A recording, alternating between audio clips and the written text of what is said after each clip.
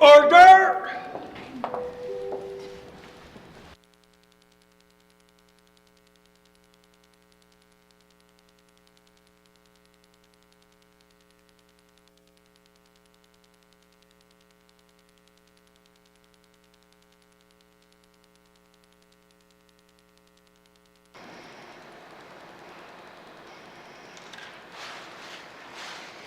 Betrachu, bejazachu, betariyin in the zone. Dari cha sihitel, not hiha, hunzonat hiha nite, nistano natariski, escutanit in. Janiganite, Nayasuzus no pagum circus hinder, but anuni no payak aha, Marsi nistan. Dari hunzonail kini detuntia, ayaha, nataril Marsi. Betracho, bejazacho, betariyin in the zone. Hi.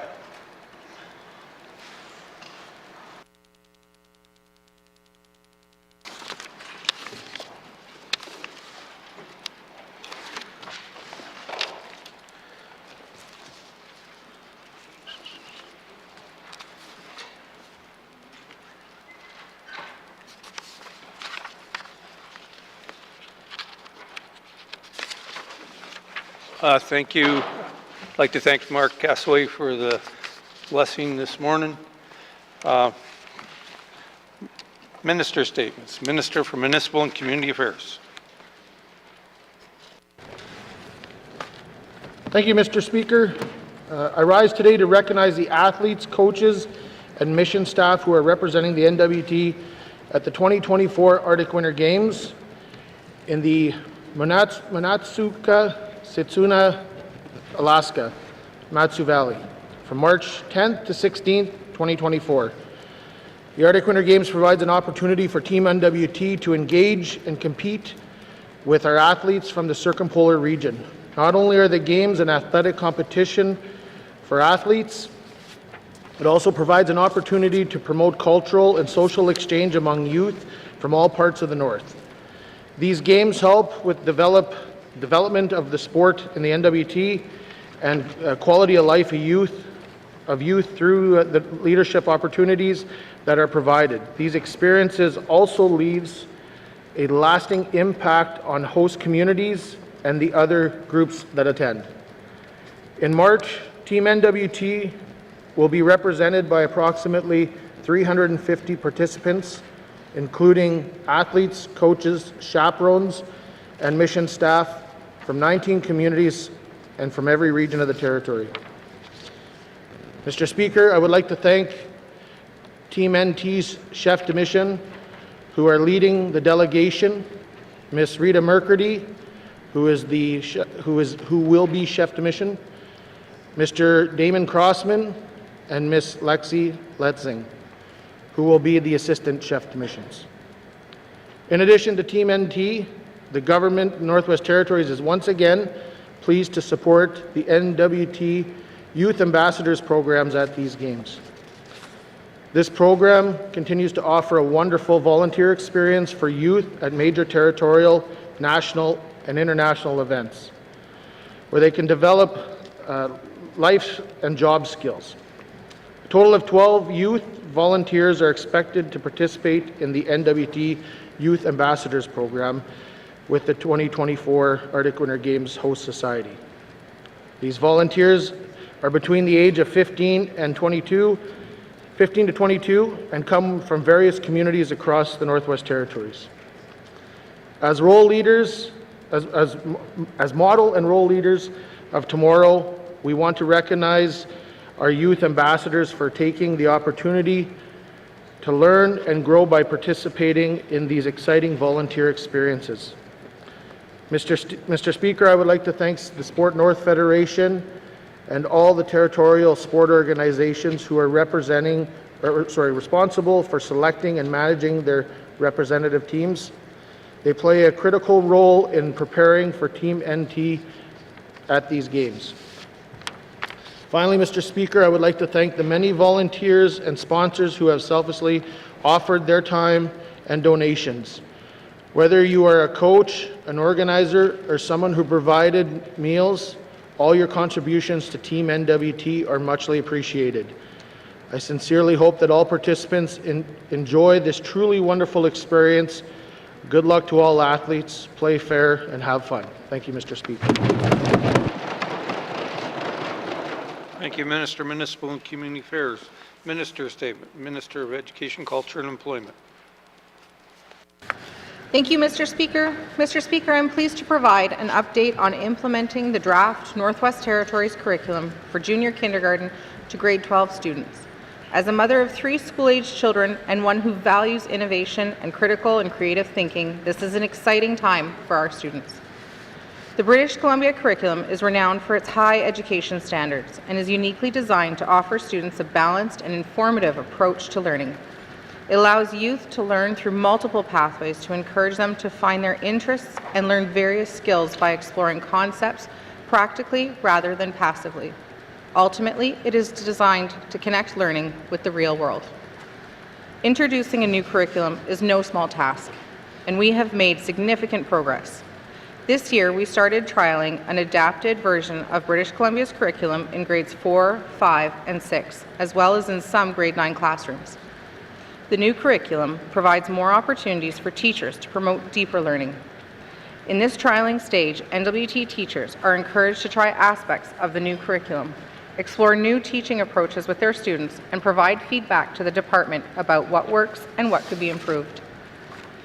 We are on track with our 5 key implementation areas, which include releasing a timeline for trialing and finalizing the curriculum in each grade. It includes determining grade 12 graduation requirements and providing professional learning for teachers through in-person training workshops and online courses. Mr. Speaker, we recently launched an online tool and forum for teachers trialing the adapted curriculum. This site allows teachers to discuss network, submit questions, review materials, and find other helpful resources. We have also set up working groups of N.W.T teachers and subject matter experts for each school subject to ensure they fit our territory's context. We want to ensure Indigenous worldviews, knowledge, and perspectives are reflected in the curriculum. We are also publishing drafts for each subject online as they are ready, which anyone can review and provide feedback on. Mr. Speaker, this fall, we started changing our student assessment tools and practices to align with the new curriculum. These include an interim report introducing students and families to new marking systems. This year, students in grades trialing the new curriculum will be assessed using the proficiency scale. Instead of seeing marks like 100% or A+ on their report cards, students will receive a level on the scale and written comments that clearly explain how they are doing, areas they need work on, and a plan for moving forward. When students receive a mark on their report card, like a percentage or a letter grade, there's often an emphasis on the mark itself and comparing it to others instead of focusing on how or if students are learning. Mr. Speaker, focusing on student learning will allow a more meaningful conversation about student progress. The scale views learning as ongoing rather than signaling that learning is done when you receive a certain grade. 3 key elements of the new curriculum design are the content, what a student knows, competencies, what students can do, and big ideas, so what students understand. Mr. Speaker, this curriculum aspires to prepare students for the future by centering the learner with flexible learning focused on literacy and numeracy while supporting deeper learning through concept-based and competency-driven approaches. Our economic foundation relies on a solid education, and I am happy that students across the territory have the opportunity to benefit from this new, more modern way of learning. Thank you, Mr. Speaker. Thank you, Minister of Education, Culture and Employment. Minister's statement. Minister for Health and Social Services. Mr. Speaker, last week the Department of Health and Social Services hosted the second ever Weaving Our Wisdom gathering, for which 350 leaders, elders, and knowledge holders from across the Northwest Territories came together to celebrate and share Indigenous community-driven wellness knowledge. The gathering featured inspiring guest speakers, workshops, facilitated discussions on important topics such as frameworks for total health optimization, the impact of colonization, and systemic racism on Indigenous people health. Practical strategies to heal the wounds of intergenerational trauma, Indigenous models for suicide prevention, climate change's impact on wellness, new ideas to develop trauma healing programs for families, and finally, innovation around the future of Indigenous health, community wellness, and land-based healing.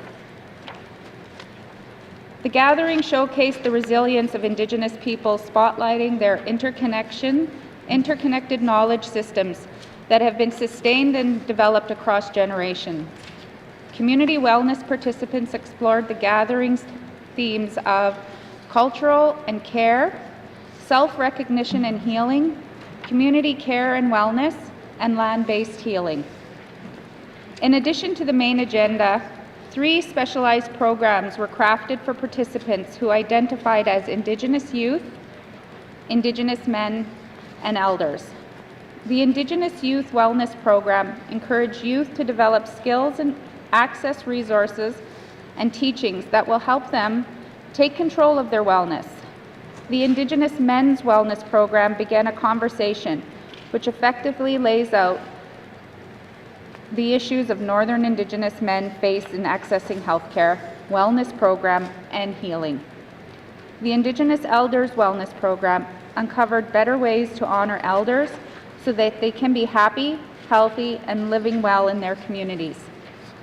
The priorities for the Indigenous health and wellness identified through this gathering and through in-depth public engagements in all 33 N.W.T communities will form the foundation for the Community Wellness Initiatives and the Northern Wellness Agreement with Indigenous Service Canada. The identified priorities will inform the future work of our health and social services system and will also assist a whole-of-government understanding of how the determinants of wellness such as housing, climate change, poverty, early child development, education, and self-determination can impact Indigenous people. Mr. Speaker, to help achieve these goals for the health and well-being of Indigenous peoples in the Northwest Territories, the Government of the Northwest Territory must innovate and design systems directly addressing long-standing systemic racism. I want to thank the Indigenous women and their teams who hosted and organized the Weaving Our Wisdom Gathering for their work in leading this important system assessment and in aiding the development of anti-racism initiatives. Much of the heavy lifting was done by the Community Culture and Innovation Division and the Cultural Safety and Anti-Racism Division of the Department of Health and Social Services, who work at the forefront of equity, cultural safety, and anti-racism. They are primarily staffed with Indigenous employees and people of color and are located not only in Yellowknife, but also in Inuvik, Norman Wells, Fort Good Hope, Fort Simpson, and Fort Smith. I encourage everyone listening today to check out some of the videos and images from this wonderful event. Will be on my Facebook page, and it truly was a week to remember. Mr. Speaker, I'm compelled to share the profound impact of attending the Feast and Drum Dance at the end of the Weaving Our Wisdom gathering. Witnessing the vibrance and the unity of over 350 wellness leaders, elders, knowledge holders from across the Northwest Territories was a powerful and prideful experience for me. I think for everyone in attendance, the celebration not only showcased the resilience of Indigenous people, but also highlighted the interconnected knowledge systems that have sustained us across generations. It was inspiring to see so many individuals come together to celebrate and to share Indigenous wellness, weaving traditional practices into our healthcare system. This gathering has not only set the foundation for future initiatives, but it's also reinforced the importance of cultural engagement in pursuit of a holistic health for N.W.T residents. Mr. Speaker, later today, at the appropriate time, I will recognize this outstanding team for the incredible work on the planning and organizing of this amazing gathering. Kwanaini, Mr. Speaker. Thank you, Minister of Health and Social Services. Minister statements, member statements. Member statements. Member from Great Slave.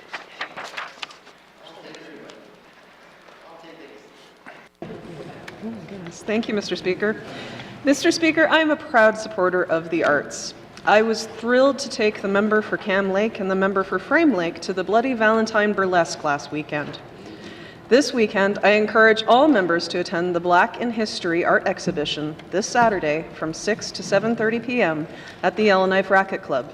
Inemesset Graham's portraits are a celebration of Black leaders, thinkers, authors, activists, and poets throughout world history, celebrating Black History Month. Admission is free. Additionally, the Black Advocacy Coalition Up North, Back Up North, is having their Black History Month gala tomorrow night that celebrates Black music and culture, and I believe tickets are still available. Mr. Speaker, on the topic of boosting N.W.T. arts, I was also heartened to see that the Department of ECE recently restructured arts funding grants towards a visionary purpose: the building up of or strengthening of existing arts organizations throughout the territory. I hope this vision helps propel artists into new markets and new venues when they want to grow and expand. It appears that ECE's vision will allow organizations to scale up and capacity build to get more federal dollars. A new arts officer position has been created to assist across our regions, if I understand correctly. Mr. Speaker, this is great news because indeed, the more our arts organizations can apply, the more they will get. Mr. Speaker, this works really well for large organizations like the Northern Arts and Cultural Center or Western Arctic Moving Pictures. However, for small or medium organizations, this is a brave new world. Mr. Speaker, I have heard concerns in the arts community that this brave new vision has not been properly communicated to them. I will have questions for the Minister of ECE at the appropriate time. Thank you. Member from Great Slave. Member statements. Member from Toonaday-Willity. Mr. Speaker, after several constituency meetings across my riding of Toonaday-Willity, I rise to share their views and experience with last year's wildfire season. They are still feeling the impacts of the evacuation and have a lot to say about how differently things could have been. I also want to recognize the hard work of many constituents put in to ensure that their friends and neighbors were all taken care of. I have many people come to me during my constituency meeting with a list of receipts and expenses, hundreds and then thousands of dollars as expenses, and they don't know if they will ever get their money back.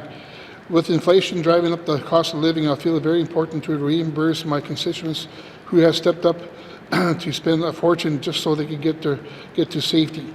I want to point out that we have a Language Act, but little to none of the vital communication regarding the wildfire evacuation were available to Indigenous people in their languages. This is an absolute breach of the government's responsibilities. Many of our elders did not know what was going on. There is not how we treat our elders, and this is not how we respect local Indigenous culture. It is also very difficult to know where our community members were ending up as they flew south. I saw a lot of social media looking for their family and friends, worried that they could be missing. How could any of us feel if our mothers and grandfathers were missing in places they may have never been before? Then there are the supply chain disruption. Yellowknife is the most important supply hub for food for distributed across the north. The evacuation put the supply chain into chaos. I know my people were not the only ones affected by this situation. We need to plan ahead and prepare better so that our supply chains can withstand a major disruption caused by this kind of disaster. I could go on, but finally I want to mention that this evacuation affected the communication that stayed in place. Well, I know Fort Resolution, YKDF, and Litsky incurred a lot of costs preparing these communities for the fire. It took a lot of evacuees, and they haven't seen any compensation. We need to ensure that every community gets the right compensation for the work they did to protect themselves and their neighbors. Mr. Speaker, I have questions for the Premier at the appropriate time. Merci. Thank you. Member from Toonaday-Willity. Member statements. Member from Sawtoo. Thank you. Thank you, Mr. Speaker. Mr. Speaker, my member statement today is on the progress or future plans to complete the Fort Good Hope Municipal Arena Complex. Mr. Speaker, construction renovations, as I understand, stopped a number of years ago on this facility. Residents are left in suspense, families, parents, leaders, on the future continued construction plans. Mr. Speaker, sports and recreation facilities are essential in our small communities. These activities contribute to releasing the talents of our youth, leading by examples to healthy living, expanding and participating at territorial and national tournaments, meeting and interacting with other students from other cultures. This collaboration certainly broadens the youth capacity.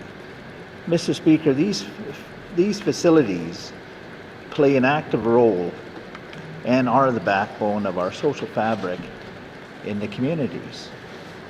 You can particularly understand that in smaller communities, in particular the ones that I serve, our limited access to the outside world by an all-season road plays a huge role in supporting what we have and currently have, which are limitations, but nevertheless are broadening our horizons by gathering at these facilities. Hear, hear.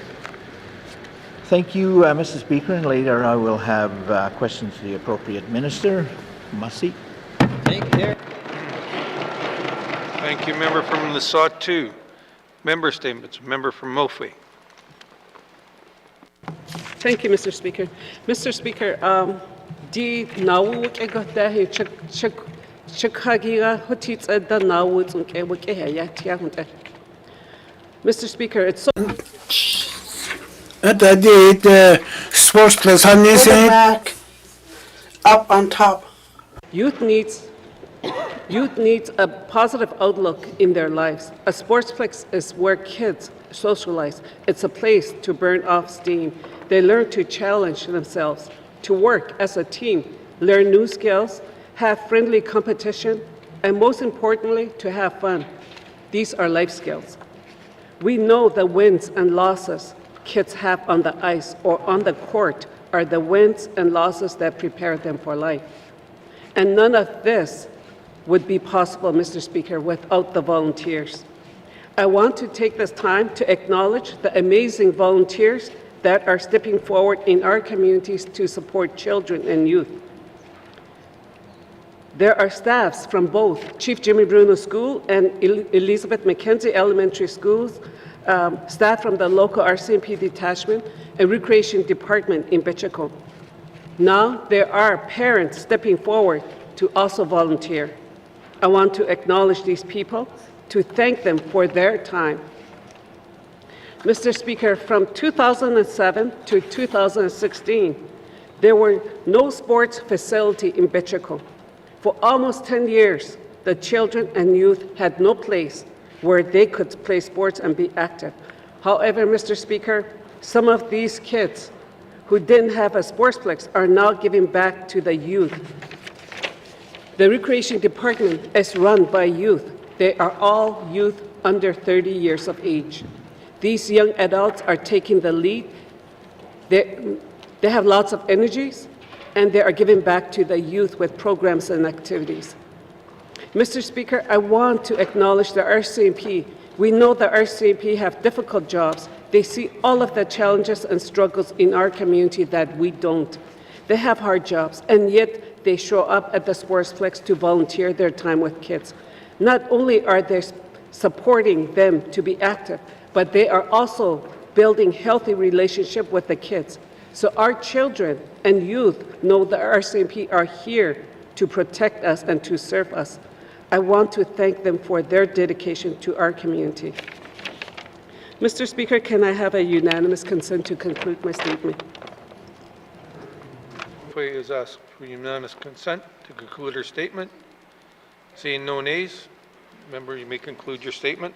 Mr. Speaker, we all know time is precious. It is people like this that give their time that truly makes a difference in the world. Mr. Speaker, it takes a community to raise a child, and it is volunteers like this that make our community a better place to live. Thank you. Thank you, member from Mophie. Member statements, member from Yellowknife North. Thank you, Mr. Speaker. Mr. Speaker, yesterday we had a federal minister here to celebrate the N.W.T achieving an average cost of $10 a day childcare. Unfortunately, this drive to lower fees has pushed the sector to the brink, especially in regional centres of the N.W.T such as Yellowknife and Inuvik. Now, the feds and the N.W.T seem to have gone about this backwards based on a poor understanding of the struggles and challenges within the childcare sector. By treating staff wages and organizational viability as an afterthought, it implies that the problem that we're trying to solve is that these daycares are gouging parents, so we just have to force them to charge less. But this couldn't be further from the truth. Our childcare providers are usually nonprofits or else small family-based day homes. It doesn't matter how affordable spaces are if the spaces don't exist. What we hear from childcare providers, which have formed a joint advocacy organization called the Early Childhood Association in response to these threats, is that the #1 concern is attracting and retaining staff. Staff are paid significantly less than comparable positions in our communities in early childhood learning, whether that's in the schools or in the government. And those providers that have been trying to increase staff wages are now being penalized and losing money, and they're faced with the choice of either shutting down or renouncing all government funding. Now, we're seeing in other provinces revolving closures of daycares, providers walking away from the funding, and parents suffering the consequences with even higher fees than ever. Now, the N.W.T has responded to some of these challenges by saying, okay, we'll give you top-ups for staff wages, but now we have to dictate how much you can pay each of your staff. And so we're increasingly trying to micromanage these operations and saying, well, we've worked out the finances for each provider to ensure, don't worry, you're going to be financially viable and sustainable. We just haven't shared those numbers with them yet. So providers could be forgiven for wondering, well, why doesn't ECE just take over these programs if they're the ones that know best? Why don't they just show the sector how these programs can be run so cheaply and efficiently according to the N.W.T's formulas that haven't been shared with us yet? Mr. Speaker, I ask for unanimous consent to conclude my statement. Member from Yellowknife North has asked unanimous consent to conclude her statement. Seeing no nays, you may conclude your statement. Mr. Speaker, so at the root of this problem is that we've negotiated an agreement with the federal government in a rush based on incomplete numbers, and not to mention that it doesn't take inflation into account. We're locked into this $10 a day because it's a round number. But we have a limited pool of money from the feds that is not enough to spread around to keep daycares afloat. So I understand that a new agreement's being negotiated with the feds, so I see this as an opportunity to fully include the Early Childhood Association in these negotiations. Member from Yellowknife North, your time is up. Member statements. Member from Mackenzie Delta. Thank you, Mr. Speaker. Mr. Speaker, we have residents within our communities who want nothing but to better their lives for themselves and their families. I'm referring to residents of our communities who want to return back to school in hopes of finding a secure career path for their immediate future. Their hopes and dreams are soon diminished upon returning to their home communities to find that they do not have a home to go to. Mr. Speaker, I was contacted by a constituent from my riding who stated that she wanted to go back to school for this very reason. Before leaving her community with her family of 4, she was assured by the local housing authority that her housing unit would be available once she finished school. Today, she is on a lengthy waiting list and sharing a home with a family of 5. In total, there are 9 people staying in the home. Mr. Speaker, completing a accredited course should be a time of celebration, not one where you start to worry about how you are going to house your family. This young lady has informed me that the local housing authority and Housing N.W.T should revisit their policies and procedures into how housing units are allocated. Mr. Speaker, this disappointed young lady stated that there are small families living in units where bigger families can be better accommodated. The allocation of housing units needs to be strategized where the size of the family is considered. I know this is a problem in every community, and if the department can get feedback from the community members on where and how some of these ongoing issues might be resolved, then that is a good start. Mr. Speaker, I will always refer back to when we were strong and independent before Housing N.W.T. intervened and tried to make our lives better. Today, this is a national crisis, and the residents of the 33 communities want to be involved on Housing N.W.T., how Housing N.W.T. should accommodate its residents. Thank you, Mr. Speaker. Thank you, member from Mackenzie Delta. Oral questions, member from Range Lake. Mr. Speaker, if there's one thing Northerners love, it's a good bingo. Gaming has been part of Northern culture since the earliest times and continues to be enjoyed in communities large and small. Whether it's bingo, hand games, chase the ace, or simple 50-50, we all love playing games and a chance at winning prizes. Gaming brings our communities together. Unfortunately, though we are preventing this industry from seeing its full potential. When Northerners want an occasional stop at a casino, they have to wait until they take a trip down south. Mr. Speaker, licensed gaming is a big industry and is encouraged across the country. Casinos, VLTs, and online betting are billion-dollar opportunities. Gaming creates wealth for communities, enhances tourism, and is a major source of prosperity for many Indigenous governments and communities in Canada. It's a shame that our own policies and legislation are only scratching the surface of what a real gaming industry could look like in the N.W.T. We need to cut the red tape and regulations that hold us back from joining the rest of Canada.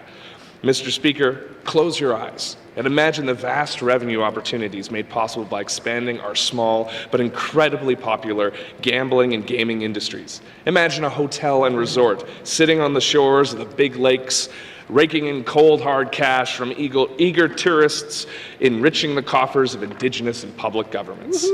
We could transform our economy with an open mind and a willingness to embrace this important industry. The industry and opportunity are there, Mr. Speaker. We just need the reforms and willingness from the minister responsible to chart a safe path forward to a fruitful gaming industry in the Northwest Territories. Let's not shy away from this cornerstone of our northern culture and instead find a way to work with Indigenous governments to make new economic opportunities out of these traditions. We are always seeking new ways to generate revenue and increase our tourism product. So let's get to work, modernizing our acts and regulations, and encourage private enterprise by opening up gaming industry in the Northwest Territories for Northerners and tourists from all over the world. A thriving gaming industry can only enhance our status as a world-class destination for tourists and solve much-needed revenue challenges for this government. I look forward to asking the minister responsible later on how we can partner with Indigenous governments to finally make the Northwest Territories gaming industry a reality. Thank you, Mr. Speaker. Here, roll the dice. Thank you, member from Range Lake. Member statements. Member from Frame Lake. Member from Frame Lake. Thank you, Mr. Speaker. A few weeks ago, I asked the Premier questions about the recommendations of the Strengthening the Nonprofit and Charitable Sector External Advisory Committee final report. The Premier's office provided a reply by email, and I would like to highlight that reply and respond to it on the record. The reply reads as follows. Currently, work is underway to strengthen the nonprofit and charitable sectors in the Northwest Territories.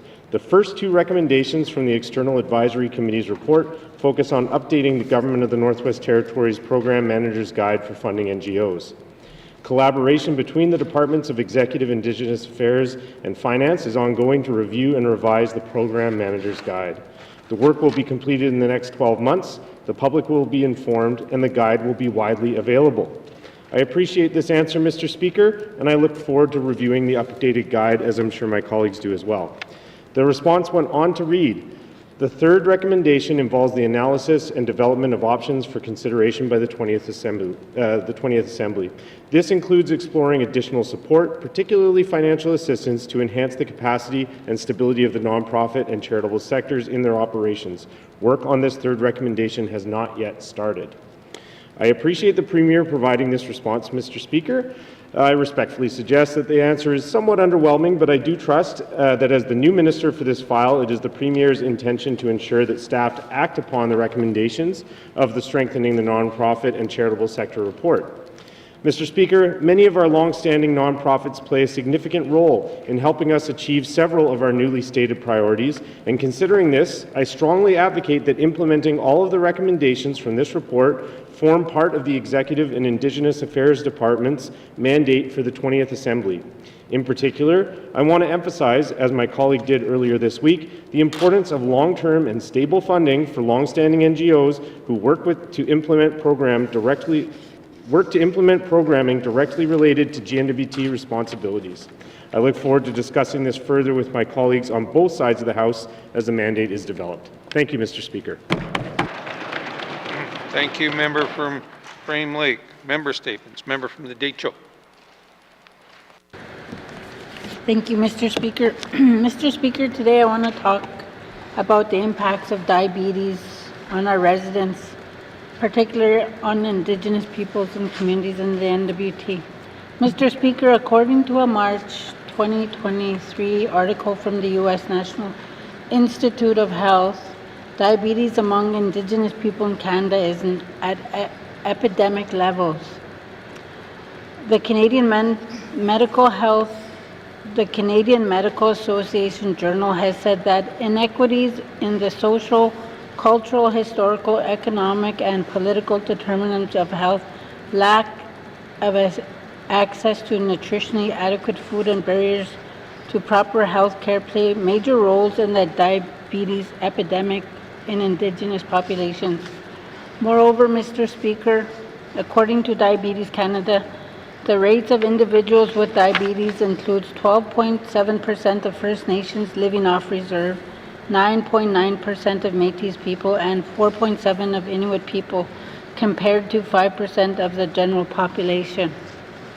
Mr. Speaker, Indigenous people did not always have such a high rate of individuals with diabetes as there are today. It was only within the last 100 years that Indigenous populations have become significantly and disproportionately affected by diabetes and experience higher rates of mortality, hospitalizations, and complications compared to non-Indigenous people in Canada. Mr. Speaker, this epidemic is a result of multiple compounding factors from Canada's colonial history, which included residential schools, the 60s scoop, and Indian hospitals. These factors have created long-lasting physical, social, mental, emotional harms for our communities. Or as one board member from the National Aboriginal Diabetes Association put it, diabetes has become now multi-generational. Overall, Mr. Speaker, in the small communities we see it all the time. Pop, chips, and candy, junk food is readily available, whereas healthier food is less accessible and more expensive.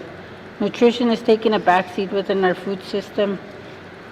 Member from the Decho, your time is up. I seek unanimous consent to conclude my statement, Mr. Speaker. Thank you. The member from Decho is asking for unanimous consent to conclude her statement. Any nays? Seeing no nays, you may conclude your statement. Thank you, Mr. Speaker, and thank you to my colleagues. Nutrition is taking a backseat with our food system, and that is just not right. It is literally killing our people. It is sending our residents to an early grave, and it must change. Our government, and every level of government for that matter, must work to reverse the diabetes epidemic. Thank you, Mr. Speaker. Thank you. Member from the Decho, member statements. Member from YELLOWKNIFE Centre. Thank you, Mr. Speaker, and good day, colleagues. I'm going to tell you a sad story about a young person, a lifelong northerner and a resident of Yellowknife, who recently talked to me and brought forward their concern, deep disappointment about their experience of working through the N.W.T. Health and Social Services bursary program. Now, this young person, I was really inspired, and now I'm not going to table it because it's a book. They're even a published author, Mr. Speaker. They worked with groups like Home Base, the Tree of Peace, and many other wonderful organizations, even Deshinta, about trying to find healthy lifestyles for people, Mr. Speaker. And it's a shame to see this potential and excitement wasted.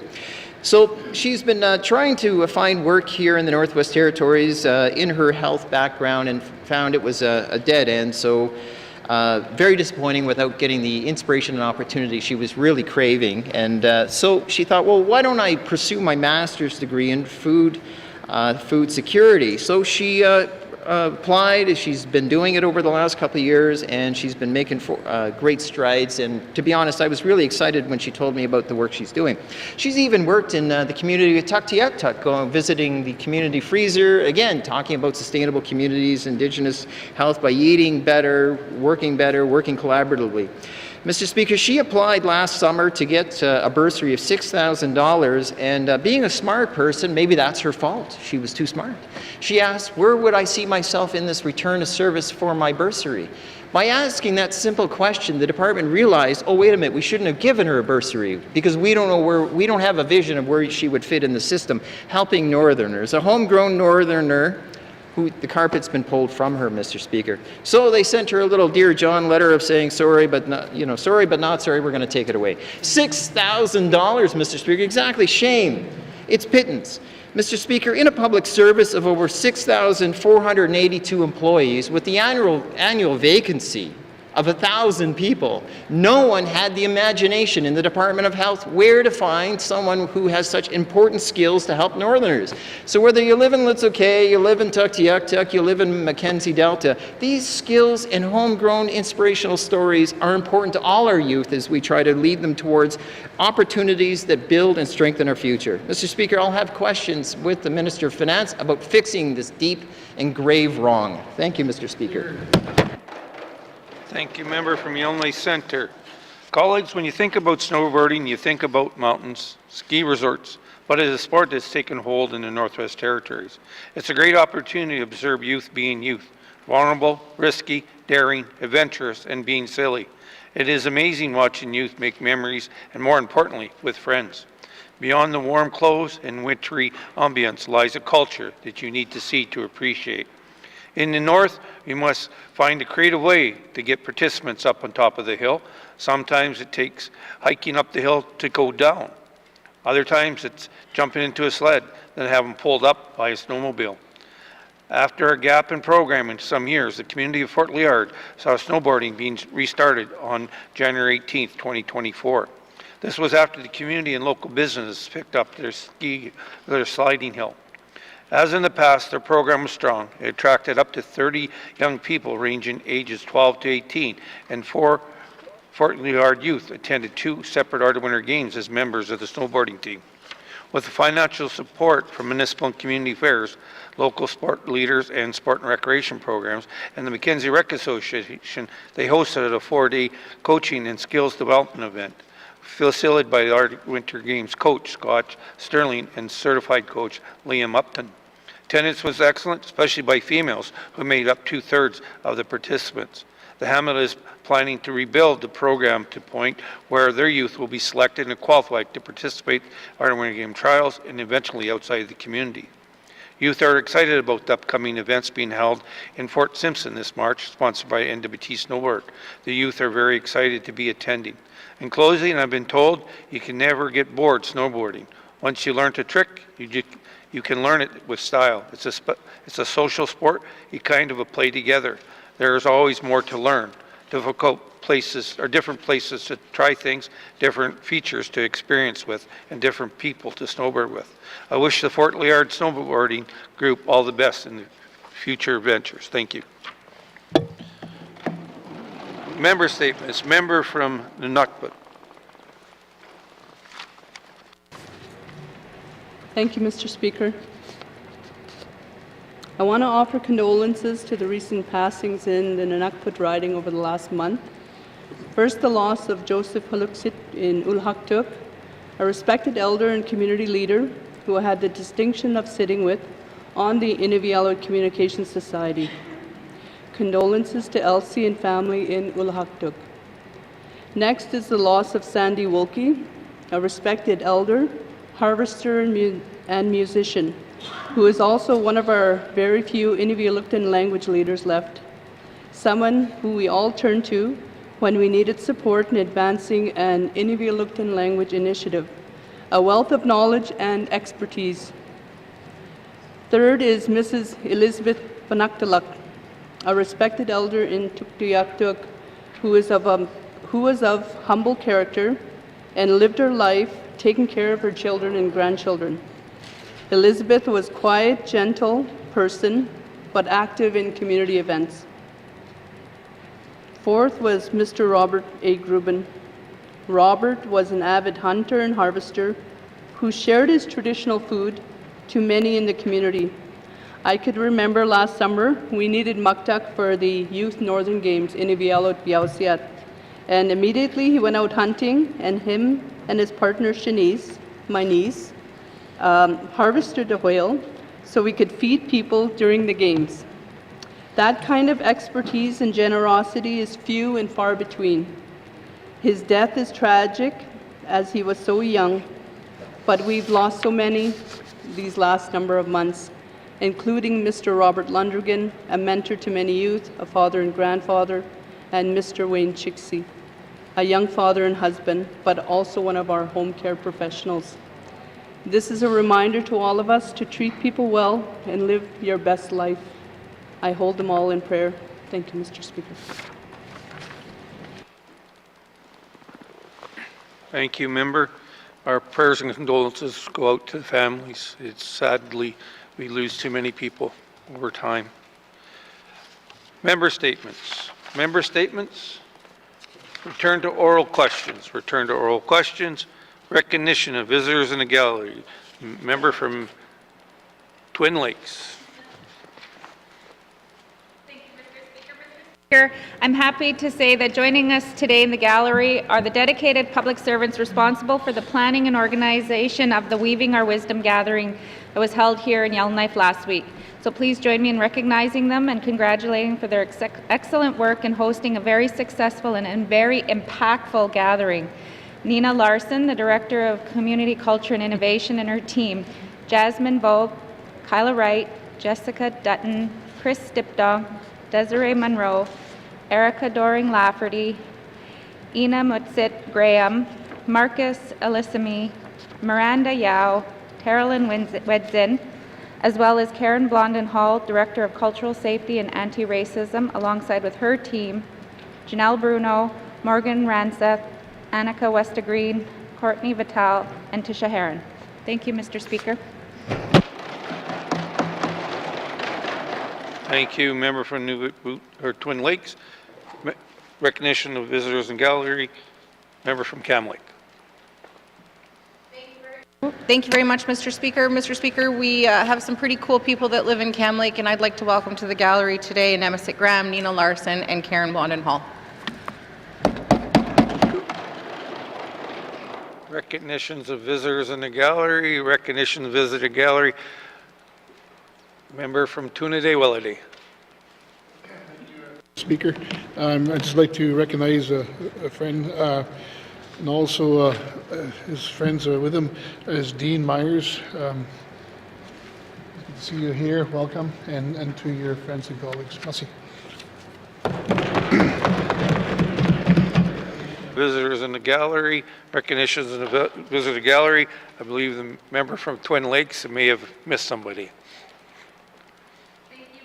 Mr. Speaker, I also too want to recognize Dean Meyer from Yellowknife.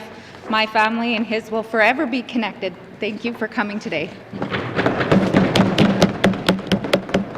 Twin Lakes. Acknowledgements, or sorry, recognition of visitors in gallery, recognition of visitors in the gallery. Acknowledgements. Oh, sorry. I guess I forgot something too. If we missed anybody in the gallery today, welcome to your chambers. I hope you enjoy the proceedings. It is always nice to see people in the gallery. Now that I can go on to the next one, acknowledgements. Acknowledgements. Oral questions. Oral questions. A member from Yellowknife Centre. All right. Thank you, Mr. Speaker. Mr. Speaker, I want to build on my member statement with my question specific to the Minister of Health. Mr. Speaker, when you get a health bursary, it either comes with a return to service agreement or you have to pay it back. It's that simple, Mr. Speaker. But the Department of Health pulled the carpet out from the dreams of this young person who was inspired to do service Northerners. Mr. Speaker, will the Minister of Health and Social Services do the honourable thing and reinstate that $6,000 grant to help inspire this young person to help Northerners? Thank you. Thank you, member from Thank you, member from Yellowknife Centre. Minister of Health and Social Services. Mr. Speaker, I am familiar with the circumstances that the member is speaking to, but I don't have the level of detail to make any decision in the House here today. Thank you, Mr. Speaker. Member or Minister of Health and Social Services. Again, member, can you please wait? Member from Yellowknife Centre. I'm that excited, Mr. Speaker. I'm that excited. Mr. Speaker, the minister has well within her purview, her authority to say yes to this young person, to reinstate this grant bursary which was offered to her earlier this fall, that is. Thank you, Mr. Speaker. Please, would you do that? Thank you. Member from Yellowknife Centre, Minister of Health and Social Services. Was that a question, Mr. Speaker? I didn't really hear the member. Thank you. Member from Yellowknife Centre, can you please? Thank you, Mr. Speaker. Mr. Speaker, would the minister be willing to revisit this decision to give a yes? Yellowknife Centre, Minister of Health and Social Services. Thank you, Mr. Speaker. As I mentioned to the member, I will, I'm familiar with the situation in a small amount. I don't know how many bursaries there are. I don't have the level of detail. I will not make that decision here in the House. Thank you, Mr. Speaker. Minister of Health and Social Services. Supplementary question, Yellowknife Centre. Thank you, Mr. Speaker. Mr. Speaker, the ministers want the questions in advance. They got the question in advance by me asking it. It should be pretty straightforward. Will they revisit this decision, yes or no? Thank you, member from Yellowknife Centre, Minister of Health and Social Services. Mr. Speaker, I will get back to the member on this. Thank you, Mr. Speaker. Thank you, Minister of Health and Social Services. Member from Yellowknife Centre, final. Thank you, Mr. Speaker. Mr. Speaker, I'm curious with respect to this question, is there a yes or no in the vocabulary of the minister to confirm she will revisit this decision? Thank you. Thank you, member from Yellowknife Centre, Minister of Health and Social Services. I've asked and I've answered the member. I will get back to the member. Thank you, Mr. Speaker. Thank you, Minister. Oral questions, member from Range Lake. Thank you, Mr. Speaker. Mr. Speaker, I have questions for our big money minister, the Minister of Municipal and Community Affairs.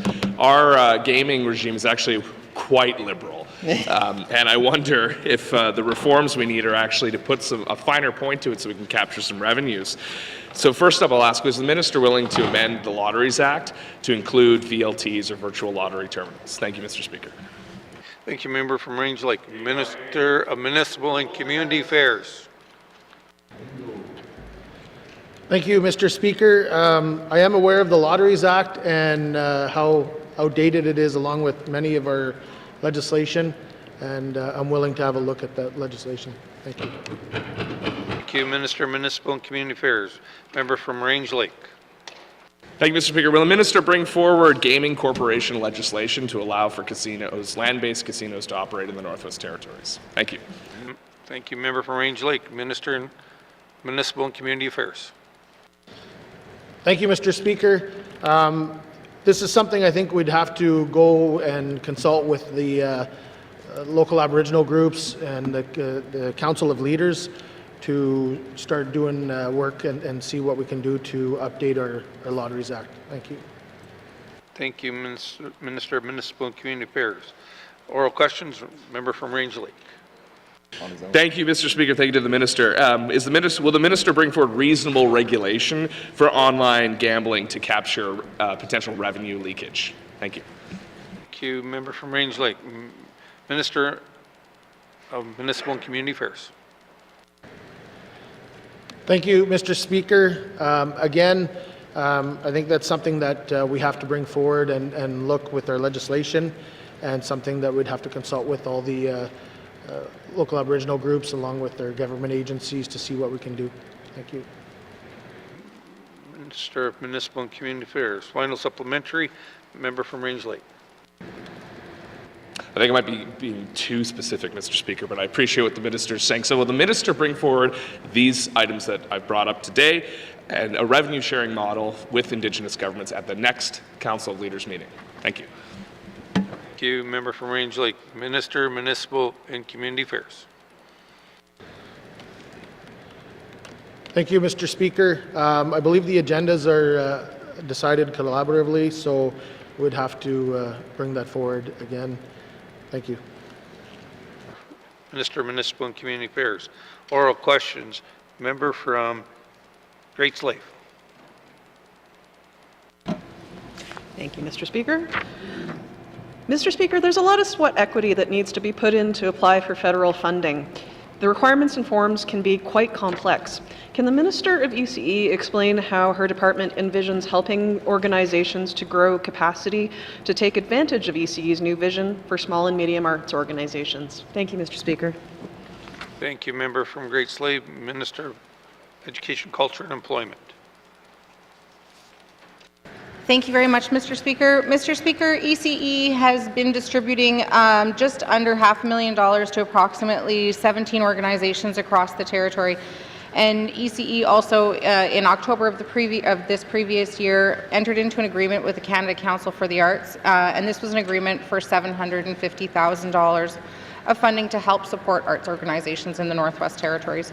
In part of that funding, ECE was able to hire an arts officer, and this person is currently working on a work plan and funding program guidelines to help organizations develop, as the member is speaking about in her statement and in her questions today.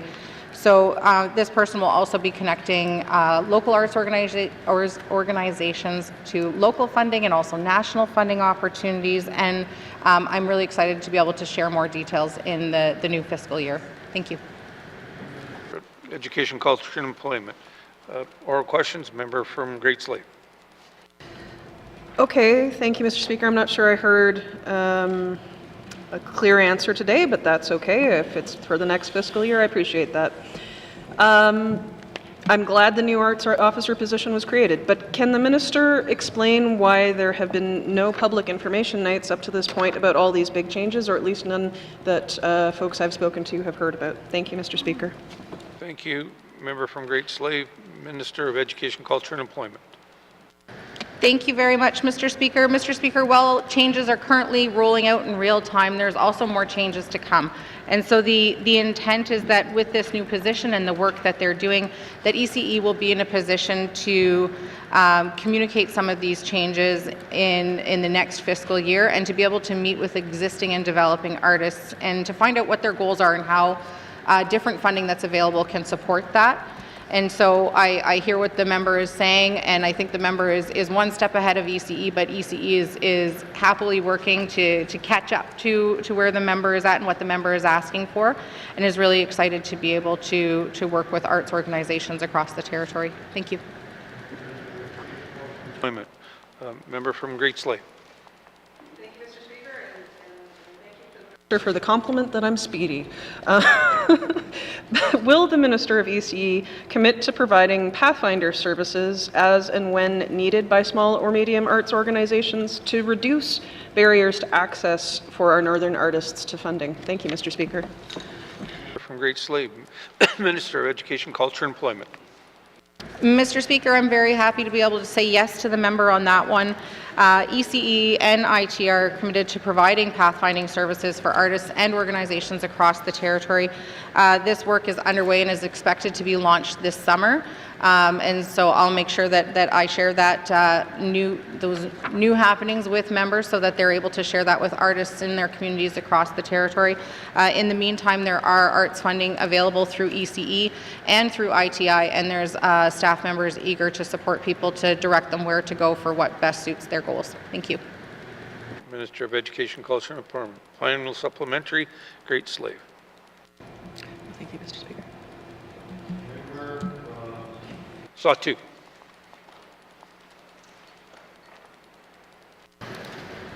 Thank you, Mr. Speaker. Further to my questions on the Fort Good Hope Arena status.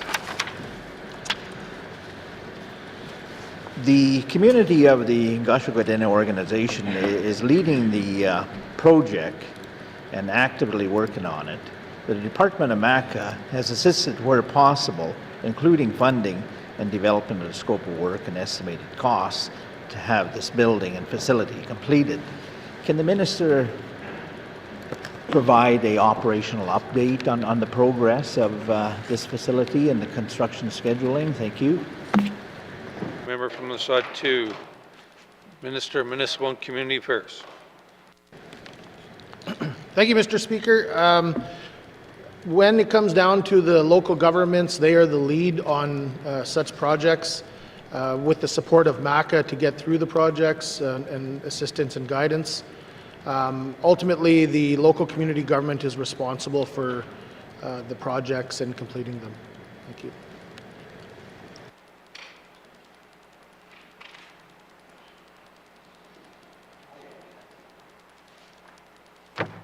Are you done, Minister? Thank you. Minister of Municipal and Community Affairs. Member from the Sawtoo.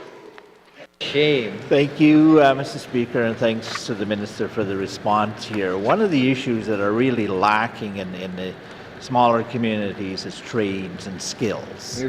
Shame. Will the Minister promise to recruit and supply a project manager for this project through the community local government? Here, here. Must he- Work with the community. Thank you, member from the Sawtoo. Minister of Municipal and Community Affairs. Thank you, Mr. Speaker. Mr. Speaker, as I stated, the responsibility of the project lies with the community government. However, I will commit that the department will continue to work with the community government to try to assist them in that project as we already have. Thank you, Mr. Speaker. Municipal and Community Affairs. Member statements, or sorry, oral questions, member from the Sawtoo. Thank you, Mr. Speaker, and thanks to the Minister for that reply here. On the continuation of my question, my last one is that will the Minister provide a report on a spreadsheet format on the schedule for renovations to this project so I can have something to share with my constituent community? Mussy? Here, here. Member from the Sawtoo, Minister of Municipal and Community Affairs. Thank you, Mr. Speaker. I will reach to my department and see what we can do. I know, like I said earlier, the local government is lead on the project, so we'll see what we can do for the member. Thank you, Mr. Speaker. Minister of Municipal and Community Affairs. Oral questions, member for Yellowknife North. Thank you, Mr. Speaker. So my questions today are for the Minister of Education, Culture and Employment. So the other day in the House I spoke to the fact that in the past the government has had to step in when nonprofits collapse and they're providing essential social services. So if the largest nonprofit daycares in our regional centres are forced to shut down because they're no longer financially viable, is the government prepared to take over the operation of these daycares? Thank you, Mr. Speaker. Thank you, member from Yellowknife North. Minister of Education, Culture and Employment. Thank you very much, Mr. Speaker. Mr. Speaker, no, the N.W.T does not intend to take over operation of licensed programs, and nor do I think it's really needed at this point. ECE is committed to providing sustainable funding, and I am committed to the relationship with child care providers and finding out what it is that they need and how we can support one another. Thank you. Minister of Education, Culture, and Employment. Member for Yellowknife North. Thank you, Mr. Speaker, and thanks to the Minister for making that clear. So can the Minister recommend ways that childcare providers can successfully attract and retain staff, given that the government's proposed wage grid is well below salaries for comparable positions in early learning and N.W.T communities? Thank you, Mr. Speaker. Member for Yellowknife North. Minister of Education, Culture, and Employment. Thank you very much, Mr. Speaker. Mr. Speaker, I think it's worth noting that between 2021 and, sorry, Mr. Speaker, I want to be able to provide a little bit of extra information for this response. Between 2021, 22, and 25, 26, ECE, along with the Government of Canada, is investing just over $112 million into the childcare sector. I heard the member during her member statement speak about current negotiations. Current negotiations are in regards to infrastructure funding. In the 24-25 year, funding changes will happen where all programs will receive an increase in total funding compared to the current fiscal year. And it's also worth noting that effective April 1st, existing licensed program operators that charge fees below the maximum fee for newly licensed facilities will be able to increase their fees between 0 and 6% up to the prescribed monthly maximum. So what are my recommendations? Right now, ECE is working on the wage grid. They did consultations and engagement with the sector last year, and also in the beginning of this year, they came back with what they've done so far. And wage grid is a huge part of this, Mr. Speaker. There is still a gap, and that is acknowledged for sure in the sector between early childhood educators and the junior kindergarten and kindergarten educators as well, and education assistants in the school. But wage grid and the new funding mechanism are really going to be those key pieces, and I look forward to continuing to work with the sector to see what we can do together to meet in the middle there. Thank you very much, Mr. Speaker. Thank you, Minister of Education, Culture, and Employment. Member from Yellowknife North. Thank you, Mr. Speaker. So given that 3 large childcare providers are considering opting out of the funding formula, does the Minister have concerns that this could leave us with a segregated system where some parents are forced to pay much more than they currently do? Thank you, Mr. Speaker. Member from Yellowknife North. Minister of Education, Culture, and Employment. Thank you very much, Mr. Speaker. Mr. Speaker, I can say that I'm definitely concerned, which is why I'm putting effort into creating a relationship and sustaining a relationship with the N.W.T. Early Childhood Association. I really want to make sure that we're hearing their concerns, that we are doing our best to respond to them within the budget that we do have. And we do have a fixed budget within this program. ECE is a major funding source for licensed programs, so I really hope that we can keep everybody together and working together in order to rebuild or to build a robust system, because I think that at the end of the day we are stronger working together and that we do share common goals, and I think that's really important. Thank you, Mr. Speaker. Minister of Education, Culture, and Employment. Final supplementary. Member from Yellowknife North. Thank you, Mr. Speaker. So given that fixed amount that the Minister referred to, will the Minister commit to including the N.W.T. Early Childhood Association or childcare providers in any future negotiations with the federal government about childcare funding agreements? Thank you, Mr. Speaker. Member for Yellowknife North. Minister of Education, Culture, and Employment. Thank you very much, Mr. Speaker. Mr. Speaker, our funding agreements are agreements that are reflective of what generally other jurisdictions are also receiving. They're an agreement that happened between the Government of the Northwest Territories and the Government of Canada.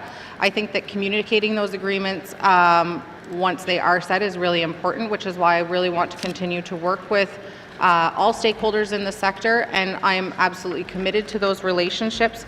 And I'm also committed to ensuring that our child care sector is sustainable, because I truly believe that we as an Assembly have set this as a priority, in that building a strong economic foundation is absolutely reliant on childcare, and so I'm committed to seeing this be successful. Thank you, Mr. Speaker. Minister of Education, Culture, and Employment. Oral questions. Member from Tunde-Welleday. Thank you, Mr. Speaker. Given the severe shortcoming of the government's response to the 2023 wildfire crisis and evacuation, my question would probably be more to the Minister of Environment.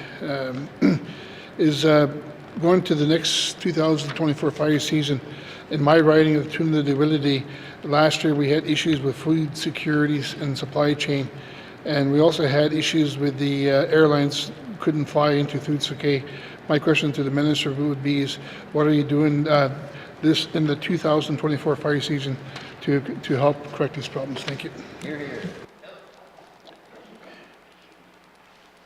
Mr. Premier. I'd like to redirect that to the Minister of MACA. Thanks.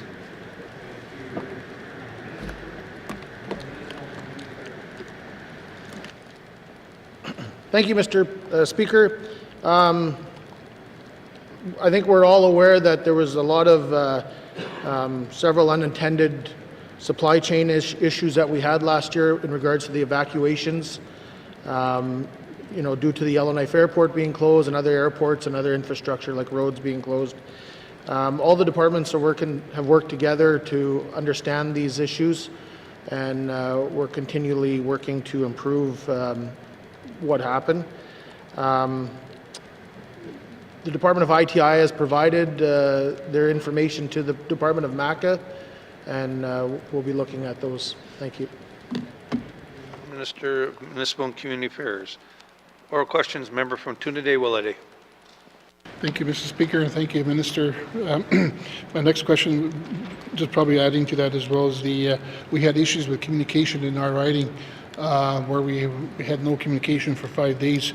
Going into the 2024 fire season, can you maybe elaborate a little bit more about how we're going to improve the communication into our communities of Tunde-Welleday and also in the official languages? Thank you. Thank you. Member from Tunde-Welleday. Minister of Municipal and Community Affairs. Thank you, Mr. Speaker. The N.W.T is working with the Council of Leaders to find ways of communicating with the communities in regards to emergency management. Also, we're well aware of the communication issues that happened. To be honest, I was one of the ones running around stealing Starlink so that we could have communication. So I hear what the member is saying. The departments are working on these concerns. However, local community governments are responsible for local emergency measurement, EMO organizations. Part of that EMO organization is being prepared themselves, and they're the ones that know the area, they're the ones that know the resources, and the local EMOs, I encourage them to keep working on what-if scenarios and having those ready available for their local communities. Thank you. Minister of Municipal and Community Affairs. Oral questions. Member from Tunde-Welleday. Thank you, Mr. Speaker. Thank you, Minister, for your reply. My next question is that we, in my constituency meeting the other day in Deda, we have members in our community that paid expenses into the fire season of last year, and they haven't been refunded. Is there a way we could go back and revisit that so that our members in our communities can get refunded for the monies they paid during the fire evacuation of 2023? Thank you. Thank you. Member from Tunde-Welleday. Minister of Municipal and Community Affairs. Thank you, Mr. Speaker. I'm aware of the N.W.T program that assists people through evacuation. However, I'm not fully confident or fully aware of how that is or where it's at. So I'd have to get back to the member on the deadlines and everything else like that. However, just be aware that some residents may have had insurance they could have tapped into also for being evacuated. So there's a few options out there. Unfortunately, through the Federal Disaster Assistance Program, we have to follow their guidelines in reimbursements and stuff. So thank you. Municipal and Community Affairs. Final supplementary. Member from Tunde-Welleday. Thank you, Mr. Speaker, and thank you, Minister. Just so you know that the majority of the people in my 4 communities, a lot of them homeowners don't have home insurance, just so you know. Also, I just want to point out that, you know, the Indigenous governments in my riding have incurred a lot of costs as a result of the fire of last year. So we're looking at what can we do as a government to reimburse these Aboriginal governments from the monies they incurred for the 2023 fire season. Thank you. Member from Tune-Day-Willity, Minister of Municipal and Community Affairs. Thank you, Mr. Speaker. I encourage the member to reach out to their local government, to also reach out to MACA. Maybe there's something that can be done there. However, most recently we did learn of CERNAC releasing some funds, so there is an opportunity for the local government to also reach out to them to assist them. Thank you. Minister of Municipal and Community Affairs. Oral questions. Member from the Mackenzie Delta. Thank you, Mr. Speaker. The department has policies, and that these policies are determined on seem to be determined on a wait list. The policies should be based on family needs. A family of 4 should have precedence over a smaller family. Will the minister look at revisiting its current policies in terms of housing allocations to meet the needs of these families? Thank you, Mr. Speaker. Thank you, member from Mackenzie Delta. Minister of Housing N.W.T. Thank you, Mr. Speaker, and thank you to the member for the question. We do have policies in place. It depends on wait list, housing availability, the size of the household itself, the application itself. So we review these things. I don't know if we need to change these policies, but this is something that we can consider and have a conversation with the member. Thank you. Thank you, Mr. Thank you, Minister of Health or Housing N.W.T. Member from Mackenzie Delta. Thank you, Mr. Speaker. I think more of these consultations should be taken out to the residents of the Northwest Territories. Will the department look at meeting with the residents of the Northwest Territories to get feedback on its policies? Thank you, Mr. Speaker. Thank you, member from Mackenzie Delta. Minister of Housing N.W.T. Thank you, Mr. Speaker. Mr. Speaker, housing in the communities is operated through the local housing associations. So we have housing associations in most of our communities. We also hold annual general meetings with the associations annually. So this is an opportunity for residents, if they do have concerns with housing, to attend the AGMs, to have this conversation with the local housing associations so they can talk to district, and they can also talk to ministers and deputy ministers about these policies. So that message is carried on if there is concerns, but they also can speak to you as MLA and also speak to the tenant relations officer. So there's many opportunities for residents to speak about concerns that they have with certain housing policies. Thank you, Mr. Speaker. Minister of Housing N.W.T. Oral questions, member from Mackenzie Delta. Thank you, Mr. Speaker. I think the general public has lost confidence in the local housing authorities because they themselves have to follow these policies. Will the minister look at doing a consultation round with the residents of the N.W.T? Thank you, Mr. Speaker. Thank you, member from Mackenzie Delta. Minister of Housing N.W.T. Thank you, Mr. Speaker. I hope they haven't lost confidence because these are local agencies and these are local people that fill these positions. So it's important to have that conversation locally. And I'm willing to talk to residents. We are planning a tour of the Mackenzie Delta in April and willing to have that conversation directly with any resident. So happy and looking forward to it. Thank you, Mr. Speaker. Minister of Housing N.W.T. Final supplementary, member from Mackenzie Delta. Thank you, Mr. Speaker, and I look forward to the tour with the minister Thank you, and that's just a general comment. Thank you. Thank you. Please, folks, if you don't have a final supplementary, just advise me so we can get on to the next one. Thank you. Oral questions, member from Range Lake. Or, sorry, Frame Lake. Yes, Frame Lake. Sorry, my fault. Thank you, Mr. Speaker. Just wanted to be clear. Mr. Speaker, yesterday members made a number of statements suggesting open collaboration between the regular side and cabinet, suggestions for ways to move forward. I certainly made some statements to that effect myself. And then we saw the Premier turn around and go to the media after the motion was passed and state that they don't plan to listen. Mr. Speaker, is it the Premier and Cabinet's intent to simply ignore the calls for collaboration and suggestions made by myself and my colleagues? Thank you. Thank you.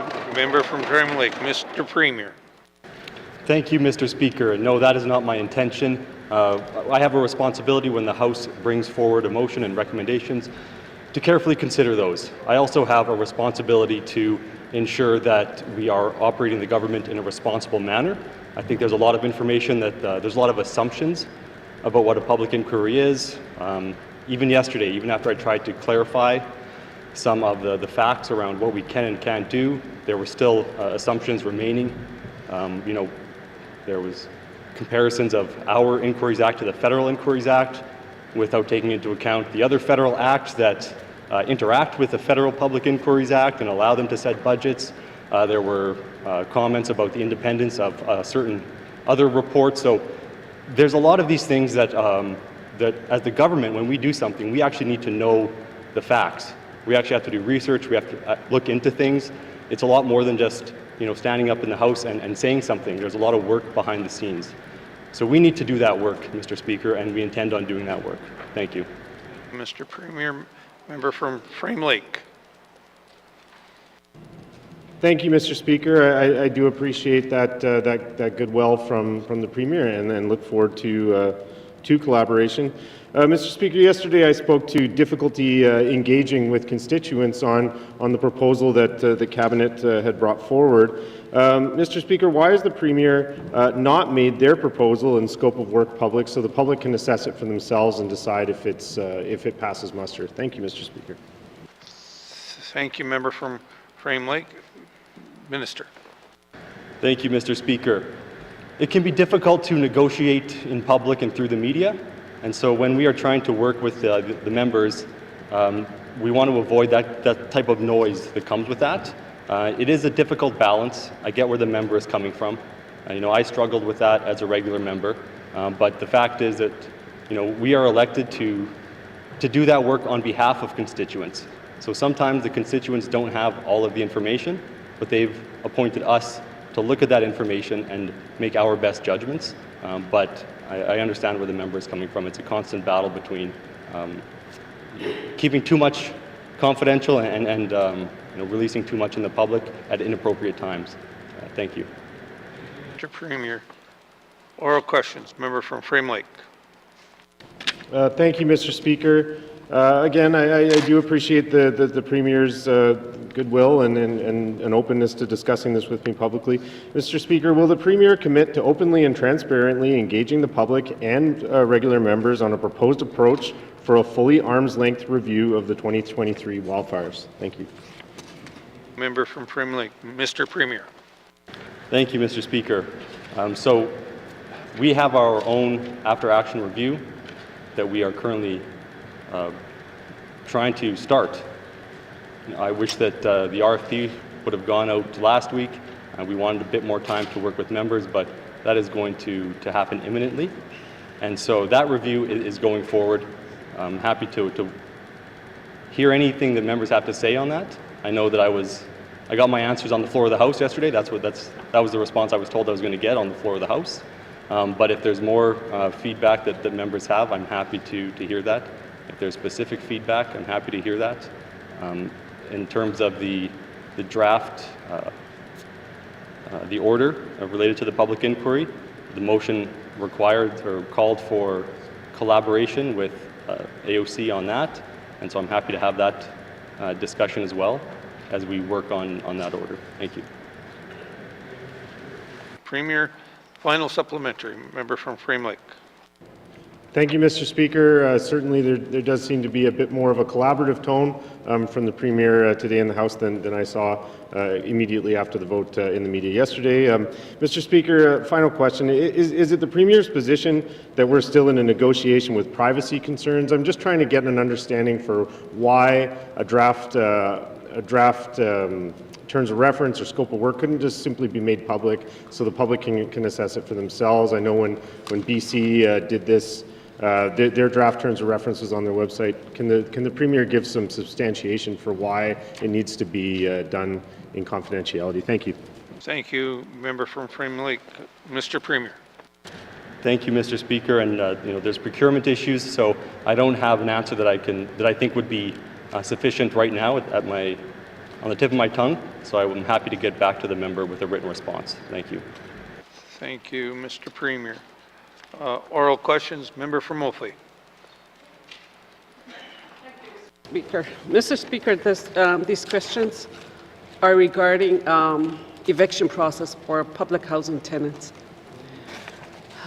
What is the eviction process for public housing tenants? Thank you. Member from Moultrie. Minister of Housing N.W.T.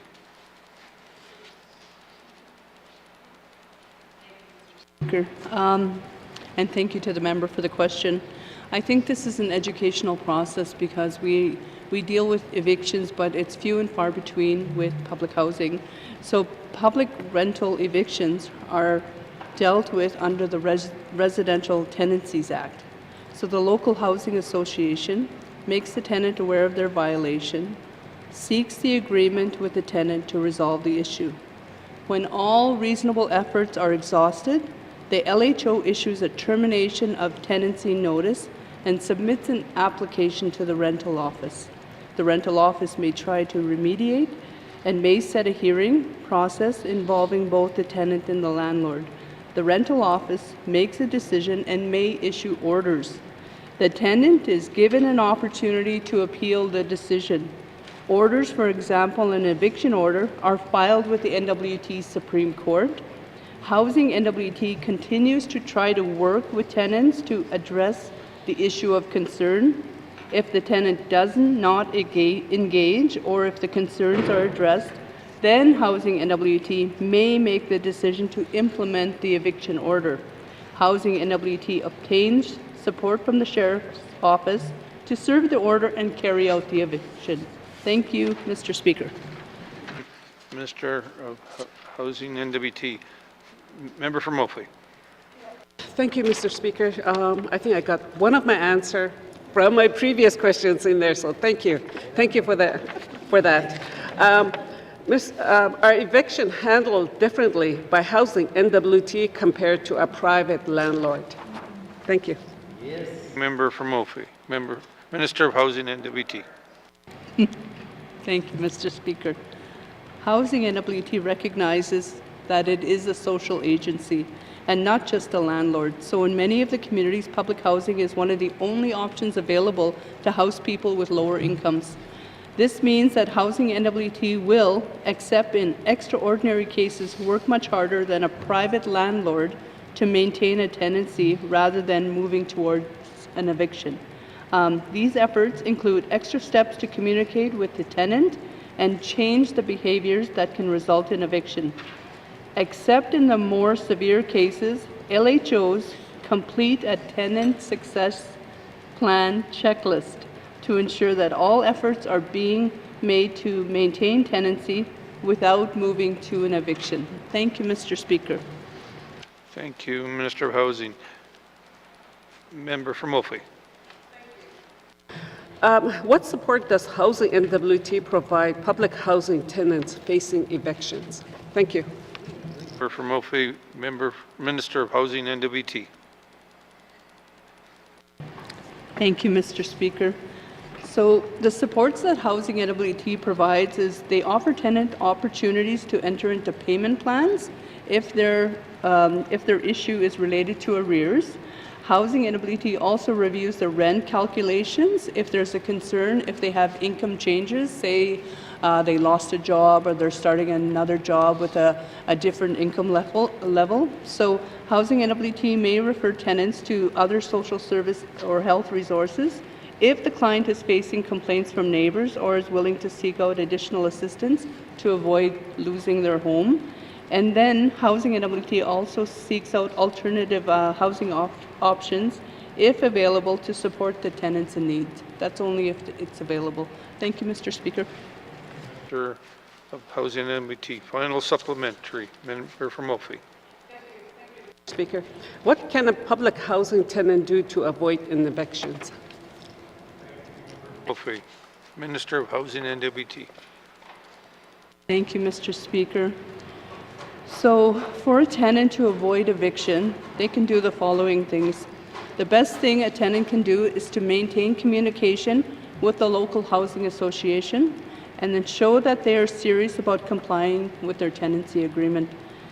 That can be including adjusting their behaviors to reduce complaints about noise and disturbances after 11 o'clock especially, and reducing or setting up a payment plan to pay down their debts to housing. If a rental officer hearing is set, it is important to attend and tell your story. So it's really important they attend the rental officer hearing. The rental officer provides an opportunity to say what they're willing to do to avoid the consequences. The rental office also considers that in writing, with writing orders. If a rental office order is issued, it's not too late. The LHO, so the Local Housing Association, and Housing N.W.T. is still willing to work with tenants to resolve the concerns. Only if a tenant continues to cause problems or not comply with their tenancy agreement does housing proceed with implementing the eviction order. Thank you, Mr. Speaker. Minister of Housing. Oral questions. Member from the Decho.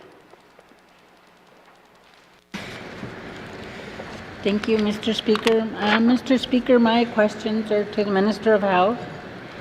Mr. Speaker, can the Minister explain what sort of preventative and proactive measures our government is taking to lower the rate of individuals with diabetes in the N.W.T?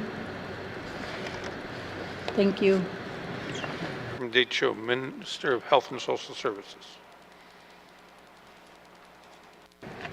Thank you, Mr. Speaker. Mr. Speaker, there is a lot of work being done in this area, so I want to be able to provide some of the information, and I'll highlight it, and then what I don't get to, I'll provide that information to the member, specifically to her writing as well. So there's early planning for testing culturally grounded approaches to diabetes prevention and management, and this is currently being completed in partnership with the Clecho government, Clecho's Community Service Agency, Decho First Nations, and NTHSSA Decho Region. We've also implemented group nutrition education sessions in all regions for people diagnosed with pre-diabetes. Regionally, we've got diabetes education and care programs in Fort Smith, Inuvik, Hay River, and Yellowknife. There are an additional 2 initiatives underway under our primary health care reform, designed to implement the implementation of an integrated care teams which will provide clients with access to providers, all working at full scope, who are responsive to the client's needs in real time. On-the-land camps for diabetes management and prevention, focus on intergenerational prevention and management of type 2 diabetes, and there's many more, and I can provide those to the member. Thank you, Mr. Speaker. Minister of Health and Social Services. Member from Decho. Thank you, Mr. Speaker, and thank you to the Minister for that. Mr. Speaker, can the Minister of Health and Social Services provide a figure for how many people are living with diabetes in the N.W.T. today? Thank you. From Decho, Minister of Health and Social Services. Thank you, Mr. Speaker. Mr. Speaker, we know that diabetes is a significant chronic disease in the Northwest Territories, impacting approximately 10% of residents over the age of 24, Mr. Speaker. Thank you, Minister of Health and Social Services. Oral questions, member from Decho.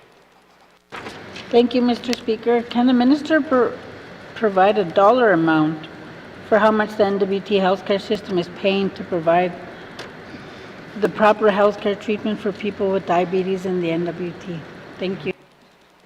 Thank you, member from Detroit. Minister of Health and Social Services. Thank you, Mr. Speaker. Mr. Speaker, not at this time, but I have my department looking into kind of a number of how we can get, but the main goal is to reduce the instance of diabetes and using money on preventative care. So the department is trying to come up with some kind of numbers for the member. Thank you, Mr. Speaker. Minister of Health and Social Service. Final supplementary, member from Detroit. Thank you, and thank you to the minister for that. Mr. Speaker, can the minister share whether she considers diabetes to be an epidemic within the N.W.T.?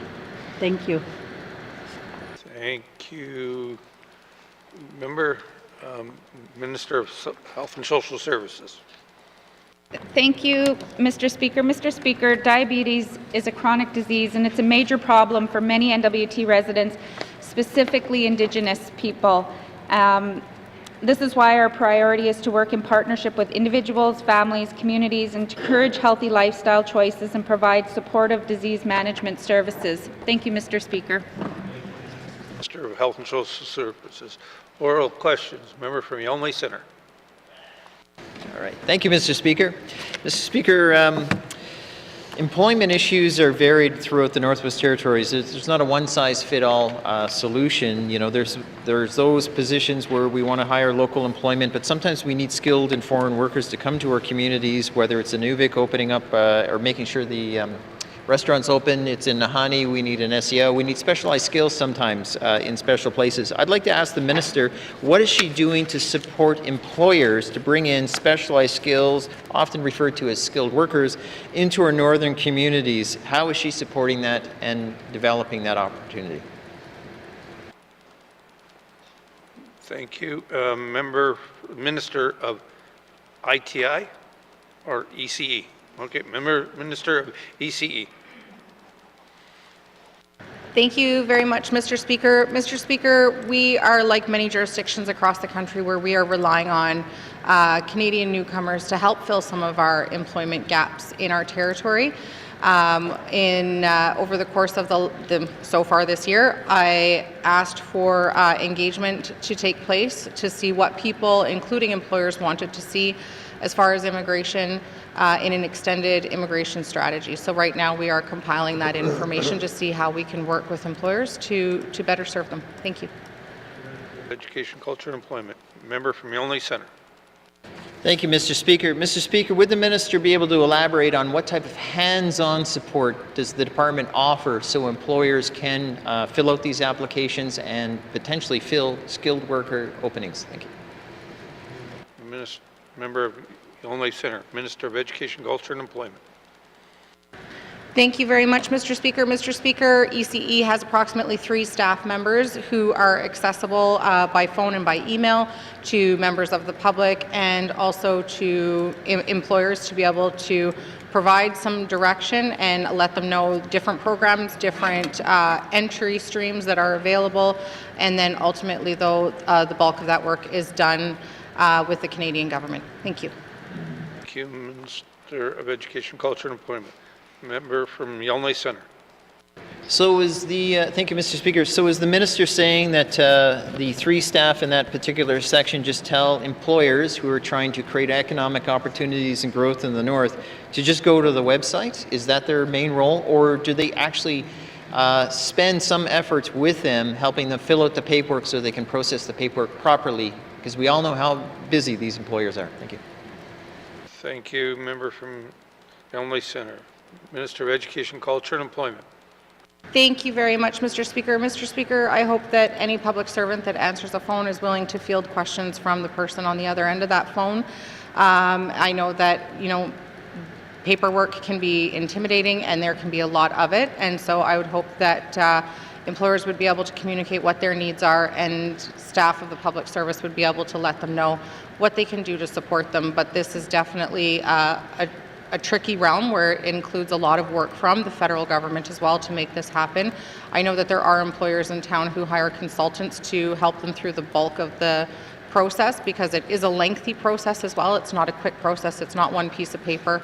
And so there are employers in town who have definitely invested a lot of time in figuring this out, and I'd be happy to act as a connector between those employers who are wanting to learn the process and learn the ins and outs, and also with employers who have essentially, to the best of their ability, mastered this process. Thank you. Minister of Education, Culture and Employment. Final supplementary. Member from Yellowknife Centre. Thank you, Mr. Speaker. If the minister recognizes this is a daunting process, if the minister recognizes that it's a challenging in the sense of that it affects a lot of people, Mr. Speaker, why isn't the minister advocating that there is some actual hands-on people to help steward employers through this process? Because we know it is complicated and sometimes quite lengthy. So would she do this, or what will she advocate for? Member from Yellowknife Centre, Minister of Education, Culture and Employment. Thank you very much, Mr. Speaker, and thank you to the member for the question. I can say wholeheartedly, I've been talking about immigration in this House for over 4 years and will continue to do so at the department level. I think that making sure that we have easy-to-use processes is really important, not only for enriching our communities, but also for filling our labor shortages. So I'm committed to working on this, not only with the department, but also with employers, of who I represent most. Thank you. Thank you, Minister of Education, Culture and Employment. Oral questions, member from Yellowknife North. Thank you, Mr. Speaker. I have further questions for the Minister of Education, Culture and Employment regarding daycare. So on February 9th, the Minister and the Department of ECE shared a very helpful package of information with members on this side of the House that included detailed numbers broken down by N.W.T communities and regions about the number of childcare providers, the number of spaces we have, and changes over the past decade or so. So will the minister commit to sharing this information with the Early Childhood Association as they have been requesting? Thank you, Mr. Speaker. Member from Yellowknife North, Minister of Education, Culture and Employment. Thank you very much, Mr. Speaker. Mr. Speaker, I'm absolutely committed to being as transparent as possible and to ensuring that I'm working with the sector so that we're working together to create the number of spaces that are actually needed. And so as long as there's no information that would breach anybody's privacy, I'm happy to share information with N.W.T Early Childhood Association. Thank you. Thank you, Minister of Education, Culture and Employment. Oral questions, Yellowknife North.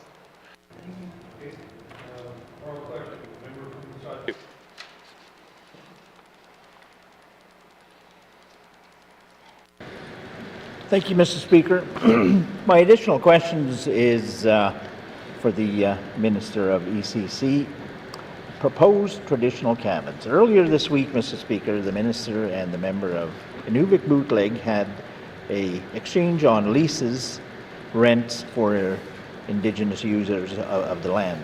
Can the Minister just clarify why the N.W.T charges lease rents and fees to Indigenous users? Masi? From the SAT2, Minister of Environment and Climate Change. Thank you, Mr. Speaker, and thank you to the member for the question. As the manager of public lands, the N.W.T is legally required to charge fees and rent and to charge rents and fees, for use of public lands. However, as I mentioned previously in this House, the N.W.T would like to collaborate with the Indigenous governments and find a way to change the administration and management processes on traditional lands and cabins on public lands. But until that work is complete, Mr. Speaker, the government of the Northwest Territories will have to continue to charge fees on those cabins, as is outlined in our legislation and our regulation. Thank you, Mr. Speaker. Thank you, Minister of Environment and Climate Change. Member from SAT2. Thank you, Mr. Speaker, and thanks to the Minister for that clarification here. My next question is, in that same exchange, the Minister confirmed that his department will pause collections onto the lease rent arrears from Indigenous recreational leaseholders. Can the minister confirm what this means? Masi?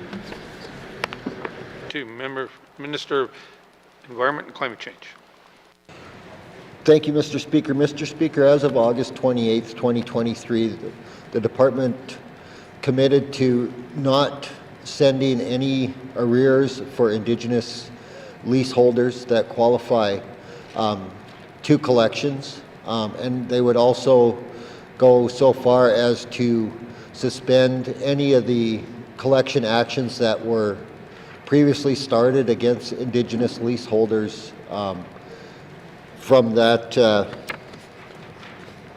while we work on a collaborative process to address the concerns regarding the traditional lease. Thank you. Mr. Thank you, Minister of Environment and Climate Change. Final supplementary, member from the Satu. Thank you, Mr. Speaker, and thanks for that clarification. It's comforting to know that these collections for additional cost will be paused on the leaseholders. The minister mentioned collaboration with Indigenous governments on a new process to address traditional cabins. Can the minister confirm this work is just about lease rents, or is this engagement broader? Masi. Member from the Satu, Minister of Environment and Climate Change. Thank you, Mr. Speaker. Mr. Speaker, the department is looking to work collaboratively with the Indigenous governments across the Northwest Territories to develop a new approach to administration and management for camps and cabins on public lands that support traditional use. We are hoping to talk about the administration and management of these structures in a more broad way than has been done in the past. Thank you, Mr. Speaker. Minister of Environment and Climate Change. Oral questions, member from Mophly. This is still for the housing minister. What does the public housing tenants do if they are evicted? Thank you. Member from Mophly, Minister of Housing, N.W.T. Thank you, Mr. Speaker. If a public housing tenant is evicted, so most LHOs have a minimum time up to 6 months before they will allow an evicted tenant to reapply for public housing. So they have a 6-month period where they won't allow any applications, and after that 6 months, the evicted tenant can reapply for a public housing unit.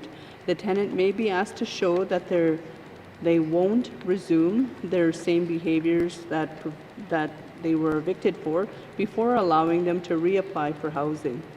So the LHOs will refer the former tenants to other social agencies and programs that may be able to assist them in securing housing.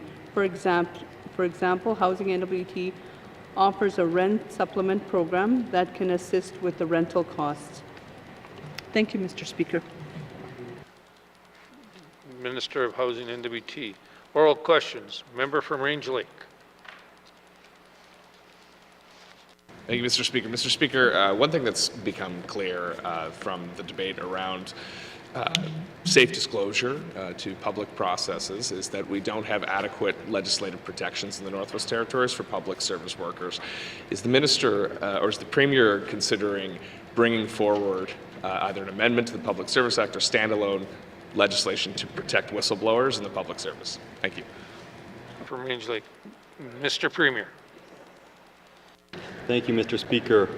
I will have to confer with the Minister of Finance, but I do know that public servants do have some whistleblower protection under Section 2 of the Charter, freedom of expression, in certain circumstances. But that's not a decision for me. I have to confer with my colleague, the Minister of Finance, as she is responsible for the Public Service Act. So I will do that as soon as reasonably possible. Thank you, Mr. Speaker.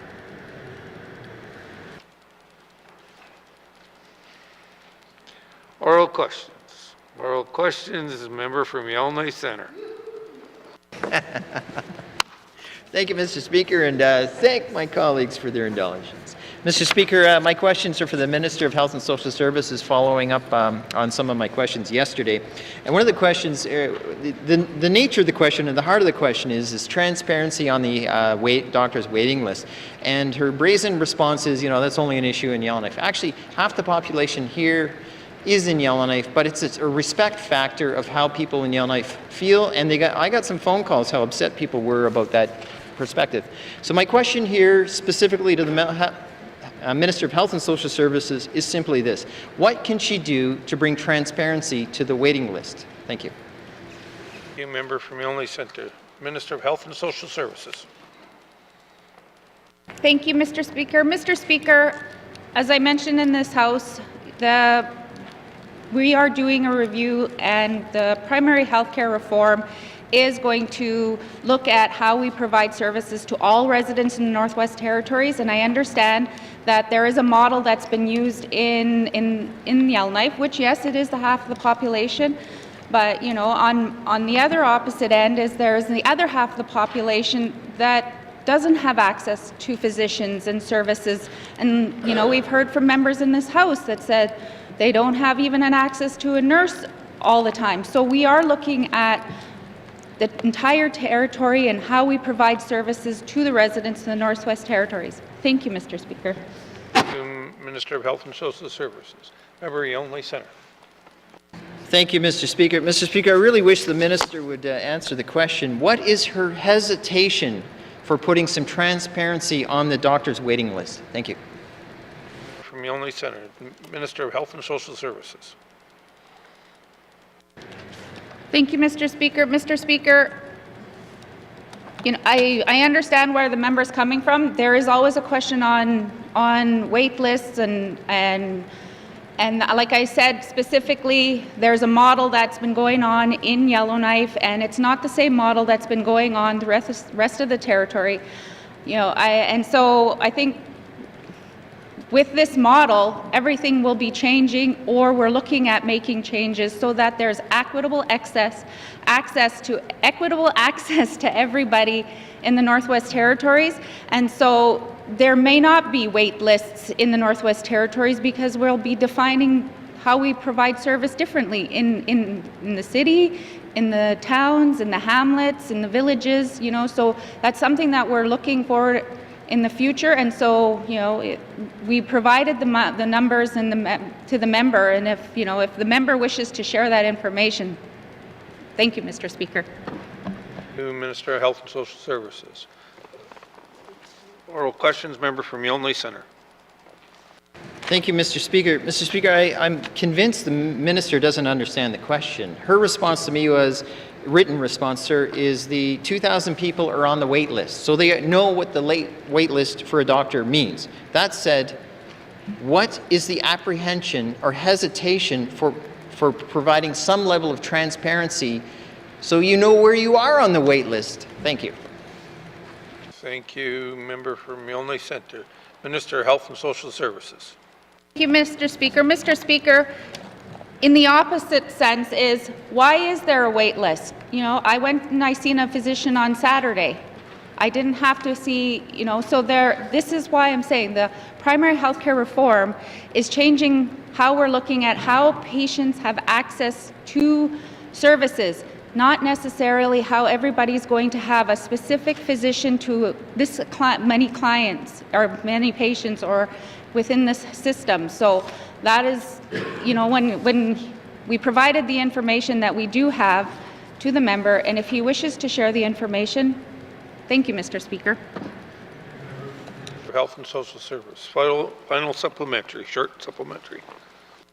Thank you, Mr. Speaker. Yeah, they provided information, but it wasn't details, such as can a doctor refuse to take a client? So, Mr. Speaker, when people are waiting 6 to 8 years on the medical waiting list to get a family doctor, they have no idea when it's coming. So, Mr. Speaker, I'm asking again, what can the minister do to bring some level of transparency to the doctor's waiting list for the public? Thank you.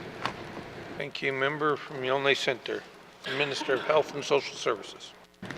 Thank you, Mr. Speaker. I believed I answered the member as this list is changing and the model may change, and so that is the work that we're doing. So as there's a list, whether it's changing, those are things that, everybody has access to a physician, whether it's the model is changing, and it's changing across the country. And so I've answered the question. Thank you, Mr. Speaker. Minister of Health and Social Services. Members, time for oral question is up. Oral questions, written questions, replies to the Commissioner's address, petitions, reports of committee on the review of bills, reports of committees on review of bills, reports on standing and special committees, tabling of documents. Minister of Environment, Climate Change. Thank you, Mr. Speaker. Mr. Speaker, I wish to table the following two documents: the Natural Resources Conservation Trust Fund financial statements for the year ended March 31st, 2022, and N.W.T. Water Board 2022-2023 annual report and financial statements. Thank you, Mr. Speaker. Thank you, Minister of Environment, Climate Change. Table of documents, Minister of Education, Culture, and Employment. Mr. Speaker, I wish to table the following two documents: Education Accountability Framework, South Slave Divisional Education Council Operating Plan for the 2023-2024 school year, and annual reports for the education bodies of the Northwest Territories for the school year ending June 30th, 2023, Volumes 1 and 2. Thank you, Mr. Speaker. Minister of Education, Culture, and Employment. Tabling of documents, notice of motions, notices of motions.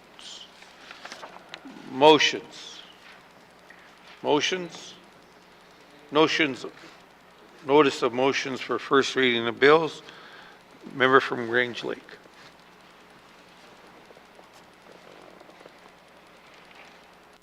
Thank you, Mr. Speaker. Mr. Speaker, I give notice that on Tuesday, February 27th, 2024, I will present to the House Bill 3, Carbon Tax Repeal Act, to be read for the first time. Thank you, Mr. Speaker. Thank you, member from Range Lake. Notice of motions to read first reading of bills. Notices of motions for first reading of bills. Reading of first reading of bills. Member from Minister of Justice.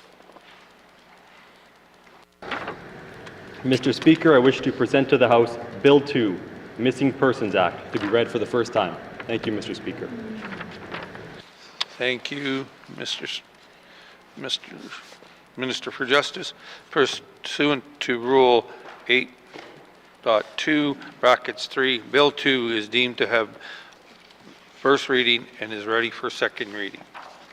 Second reading of bills. Member from Yellowknife North. Oh, sorry. My mistake. Yellowknife Center. Thank you, Mr. Speaker. Mr. Speaker, I move, seconded by the member for Cam Lake, that Bill 1, an act to amend the Legislative Assembly and Executive Council Act, be read for a second time. Mr. Speaker, this bill amends the Legislative Assembly and Executive Council Act to adjust the maximum amount allowed for members' expenses as adjusted by using the average change in the Consumer Price Index over the past 5 years. This aligns the Act with changes already made in the previous assemblies. Mr. Speaker, I seek unanimous consent to waive Rule 8.2, bracket 7, and to have the Bill 1, an act to amend the Legislative Assembly and Executive Council Act, move to Committee of the Whole for consideration later today. Thank you, Mr. Speaker.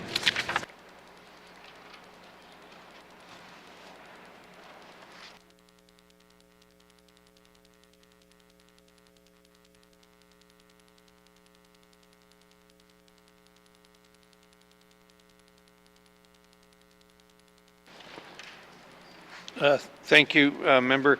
Can you read the second time and then ask, after that, then ask for unanimous consent to go into committee of whole?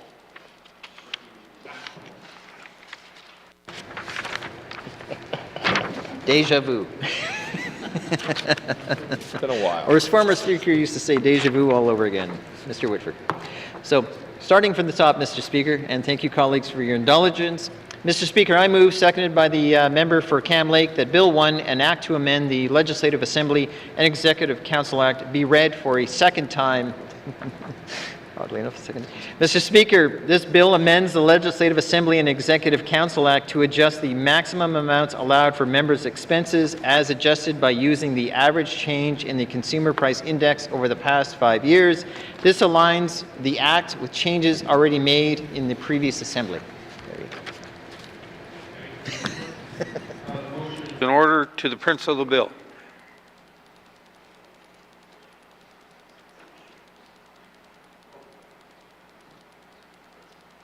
The principle of the bill. Question has been called. All those in favor? Opposed? Abstentions? Motion passed. Member from Yellowknife Centre. Thank you, Mr. Speaker. Mr. Speaker, I seek unanimous consent to waive Rule 8.2, bracket 7, and to have Bill 1, an act to amend the Legislative Assembly and Executive Council Act, moved to the Committee of the Whole for consideration later today. Thank you, Mr. Speaker. Thank you, member. The member has asked unanimous consent to move Bill 2 into, is it 2? Yeah, Bill 1, right? Bill 1 into the Committee of the Whole. Any nays? Seeing no nays, member from Yellowknife Centre. Oh, moved into, okay, sorry. Consideration of Committee of the Whole and other matters. Minister Statements 4-20 brackets 1, Minister Statement 5-20 brackets 1, Minister Statements 17-20 brackets 1, Table Documents 28-20 brackets 1, Table Documents 29-20 brackets 1, Bill number 1, with the member from Toonaday-Willowday in the chair.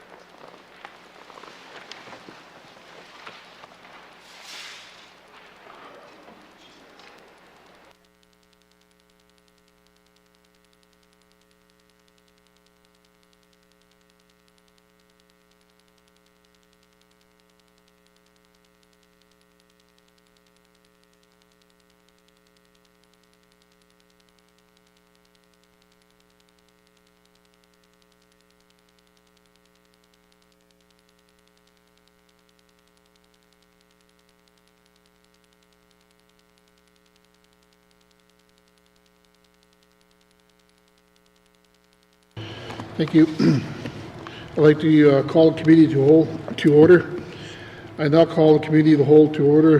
What is the wish of the committee? Ms. Detcho?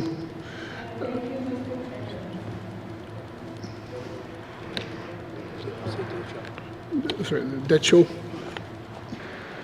Thank you, Mr. Chair. Committee would like to consider Bill 1, an act to amend the Legislative Assembly and Executive Council Act. Thank you, Mr. Chair. Does the committee agree? Agree. Okay, thank you.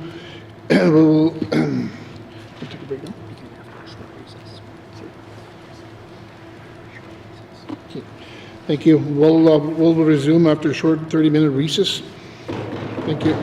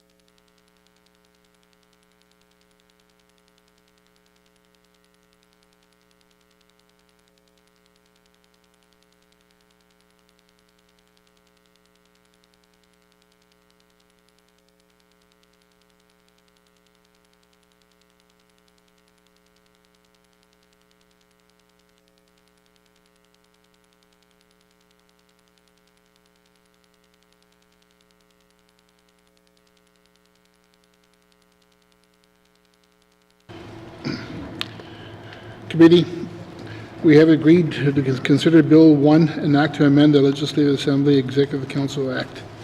I'll ask the sponsor of the bill, the member of the YELLOWKNIFE Centre, to introduce the bill.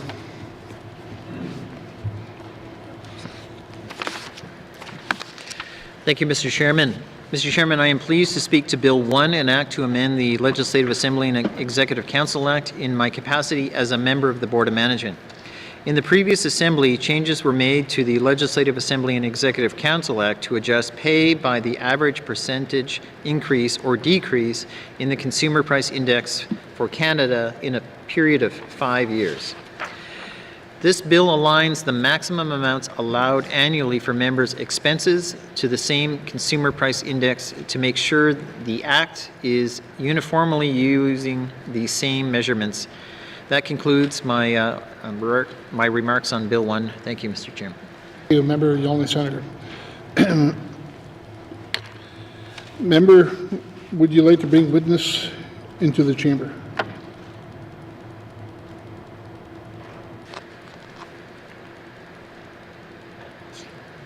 Agreed.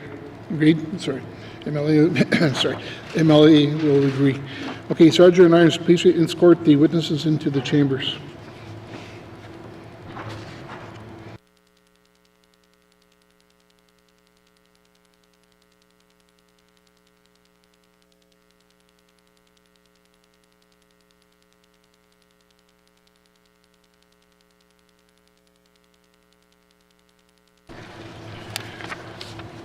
Members, please introduce yourself and your witnesses.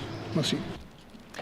Thank you, Mr. Chairman. Mr. Chairman, to my left is the Clerk of the Legislative Assembly, Mr. Rutland, and to my right is Deputy Clerk, Ms. Wicken. Wiggins?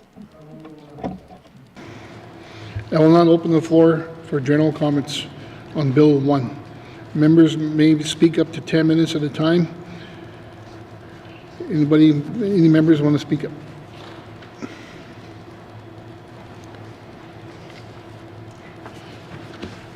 Okay, thank you. We got a member that's going to speak up, and so I'll make sure I get this right. A member from the N.W.T.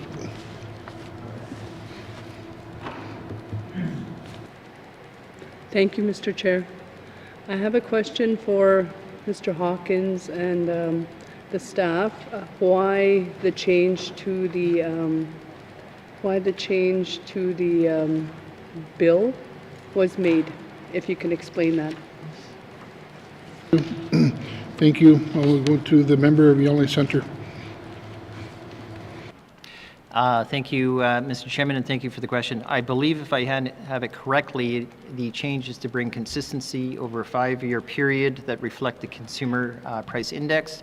If it went year by year, it would be influenced by major spikes, be it up and down. Therefore, this brought longer-term consistency. I look to the clerk for maybe some further explanation beyond that. Thank you. Thank you. Maybe we'll go to Mr. Rutland. Thank you, Mr. Chair. Yes, the changes were first made for this current fiscal year to the legislation last year. There's 2 provisions in the bill that needed to be changed, one related to the indemnity paid to members and one related to the allowances. The change regarding the allowances was missed last year, so this will, but what was actually the allowances provided to members was based on the 5-year average, so this catches that, and then it also sets the MLA pay and indemnities for 2024-2025 beginning April 1st based on the 5-year formula. Thank you, Mr. Rutland. I'm going to go back to the member from the N.W.T. My second question to the member and the staff is it consistent with like collective agreements and what the CPI increase would be with collective agreements? Is there consistency with that? Your question. I'll go to a member of Yonge Centre. Thank you, Mr. Chairman, and thank you, member. I believe, if I understand it correctly, most of this is set by the independent commission and given the direction to the Assembly on that. If I need a further, there is maybe one further comment provided by our clerk who can elaborate. Thank you. Mr. Rubden. Thank you, Mr. Chair. Yes, the Independent Commission makes recommendations to the Legislative Assembly. The recommendation was that members receive a CPI increase annually.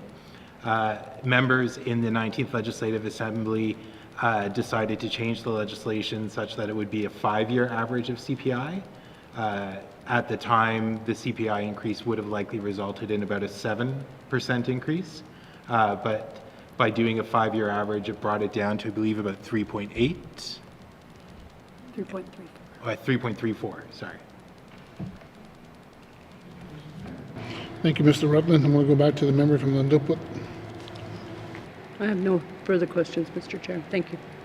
Thank you. Is there any further comments from members?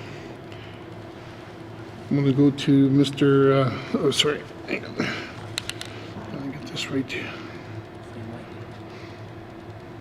Oh, member Frame Lake.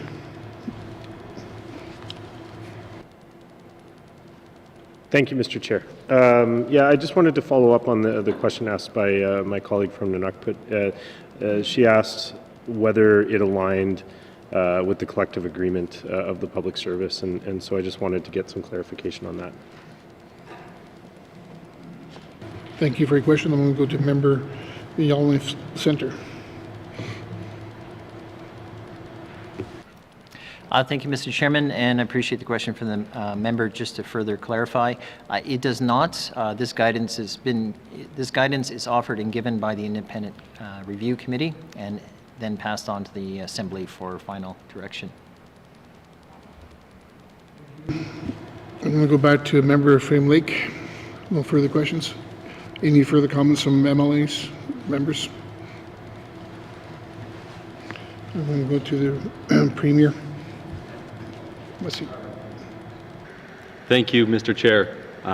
Yeah, the salary of MLAs is something that's been an issue in every assembly I've been in. It's always a political issue, and part of the reason, from my understanding, that it's not tied to any sort of negotiated contract, a collective agreement, is because we don't want our salaries, we don't want any skin in the game when we're in those negotiations. It wouldn't make sense. I don't think it's good practice to basically be negotiating for our own salaries. So I think that is the rationale for the exclusion. So, thank you.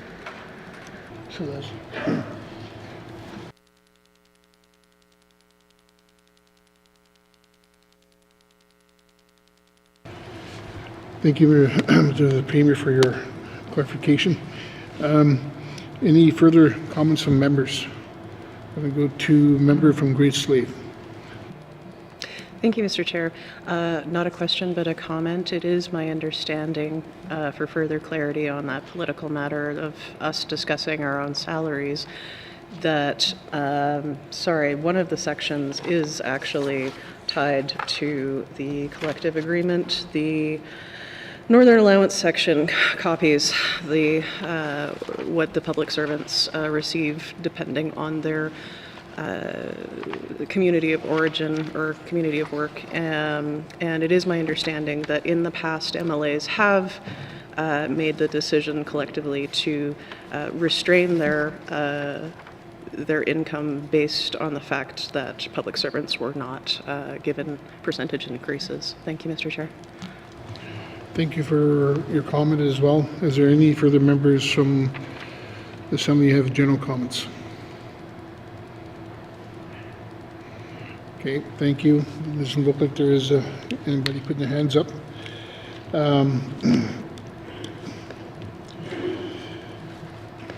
Okay.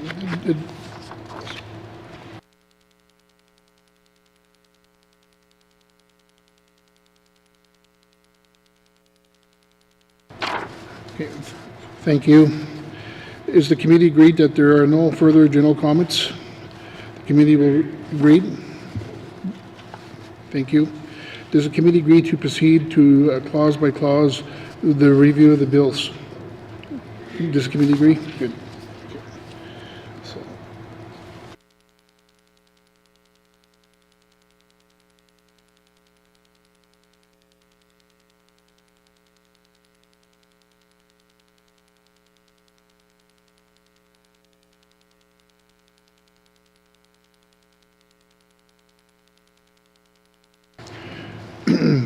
Committee, we will defer the bill number and title until after consideration of the clauses. Please return to page 1 of the bill. Clause 1, does the committee agree? Clause 2, does the committee agree? Clause 3, does the committee agree? Clause 4, does the committee agree? Committee to the bill of the whole, does the committee agree that Bill 1 of an act to amend the Legislative Assembly and the Executive Council Act is now ready for third reading? Does the committee agree? Thank you, to the committee.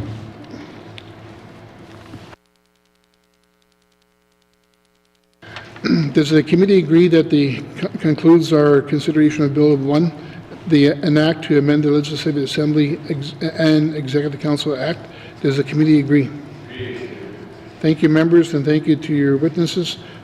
Sergeant at Arms, please escort the witnesses from the chamber. Merci.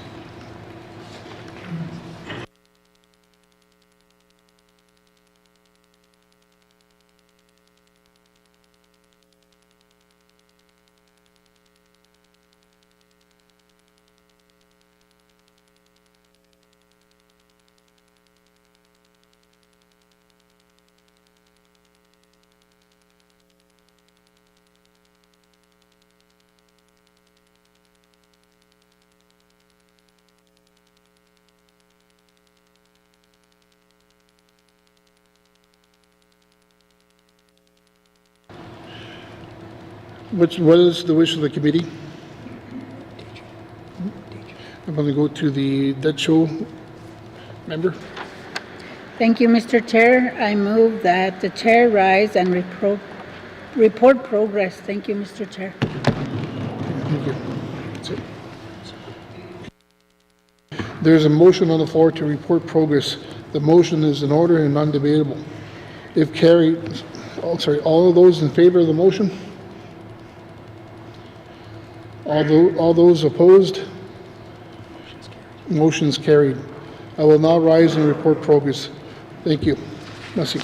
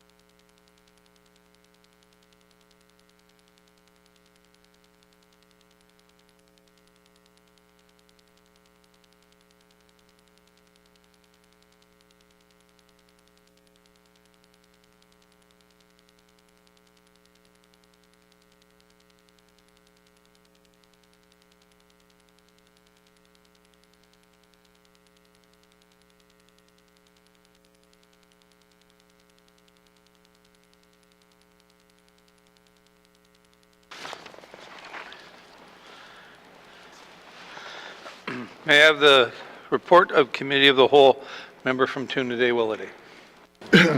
Thank you, Mr. Speaker. Your committee has been considering Bill 1, an act to amend the Legislative Assembly and Executive Council Act, and will like to report progress. And that Bill 115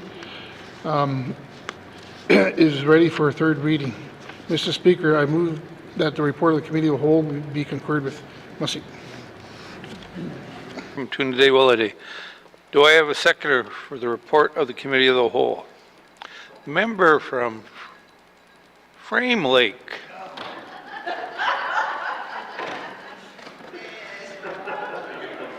The motion is in order and non-debatable. All those in favor? Opposed? All those abstaining? The motion has been carried and the report of the Committee of the Whole has been concurred with. Third reading of bills, third reading of bills. Orders of the day. Madam Clerk. Thank you, Mr. Speaker. Orders of the day. For Monday, February 26, 2024, at 1:30 p.m. Prayer, Minister Statement. Member Statement, returns to oral questions 62-20(1). Recognition of visitors in the gallery. Acknowledgements. Oral questions. Written questions. Returns to written questions. Replies to Commissioner's address. Petitions. Reports of committees on the review of bills. Reports of standing and special committees. Tabling of documents. Notices of motion. Motion. Notice of motion for first reading of bills. First reading of bills. Second reading of bills. Bill 2, Missing Persons Act. Consideration of in Committee of the Whole and bill and other matters. Minister Statement 4-20(1). Minister Statement 5-20(1). Minister Statement 17-20(1). Table Document 28-20(1). Table Document 29-20(1). Report of Committee of the Whole. Third reading of bills. Orders of the day. Thank you, Madam Clerk. This House stands adjourned until Monday, February 26, 2024 at 1:30. Order!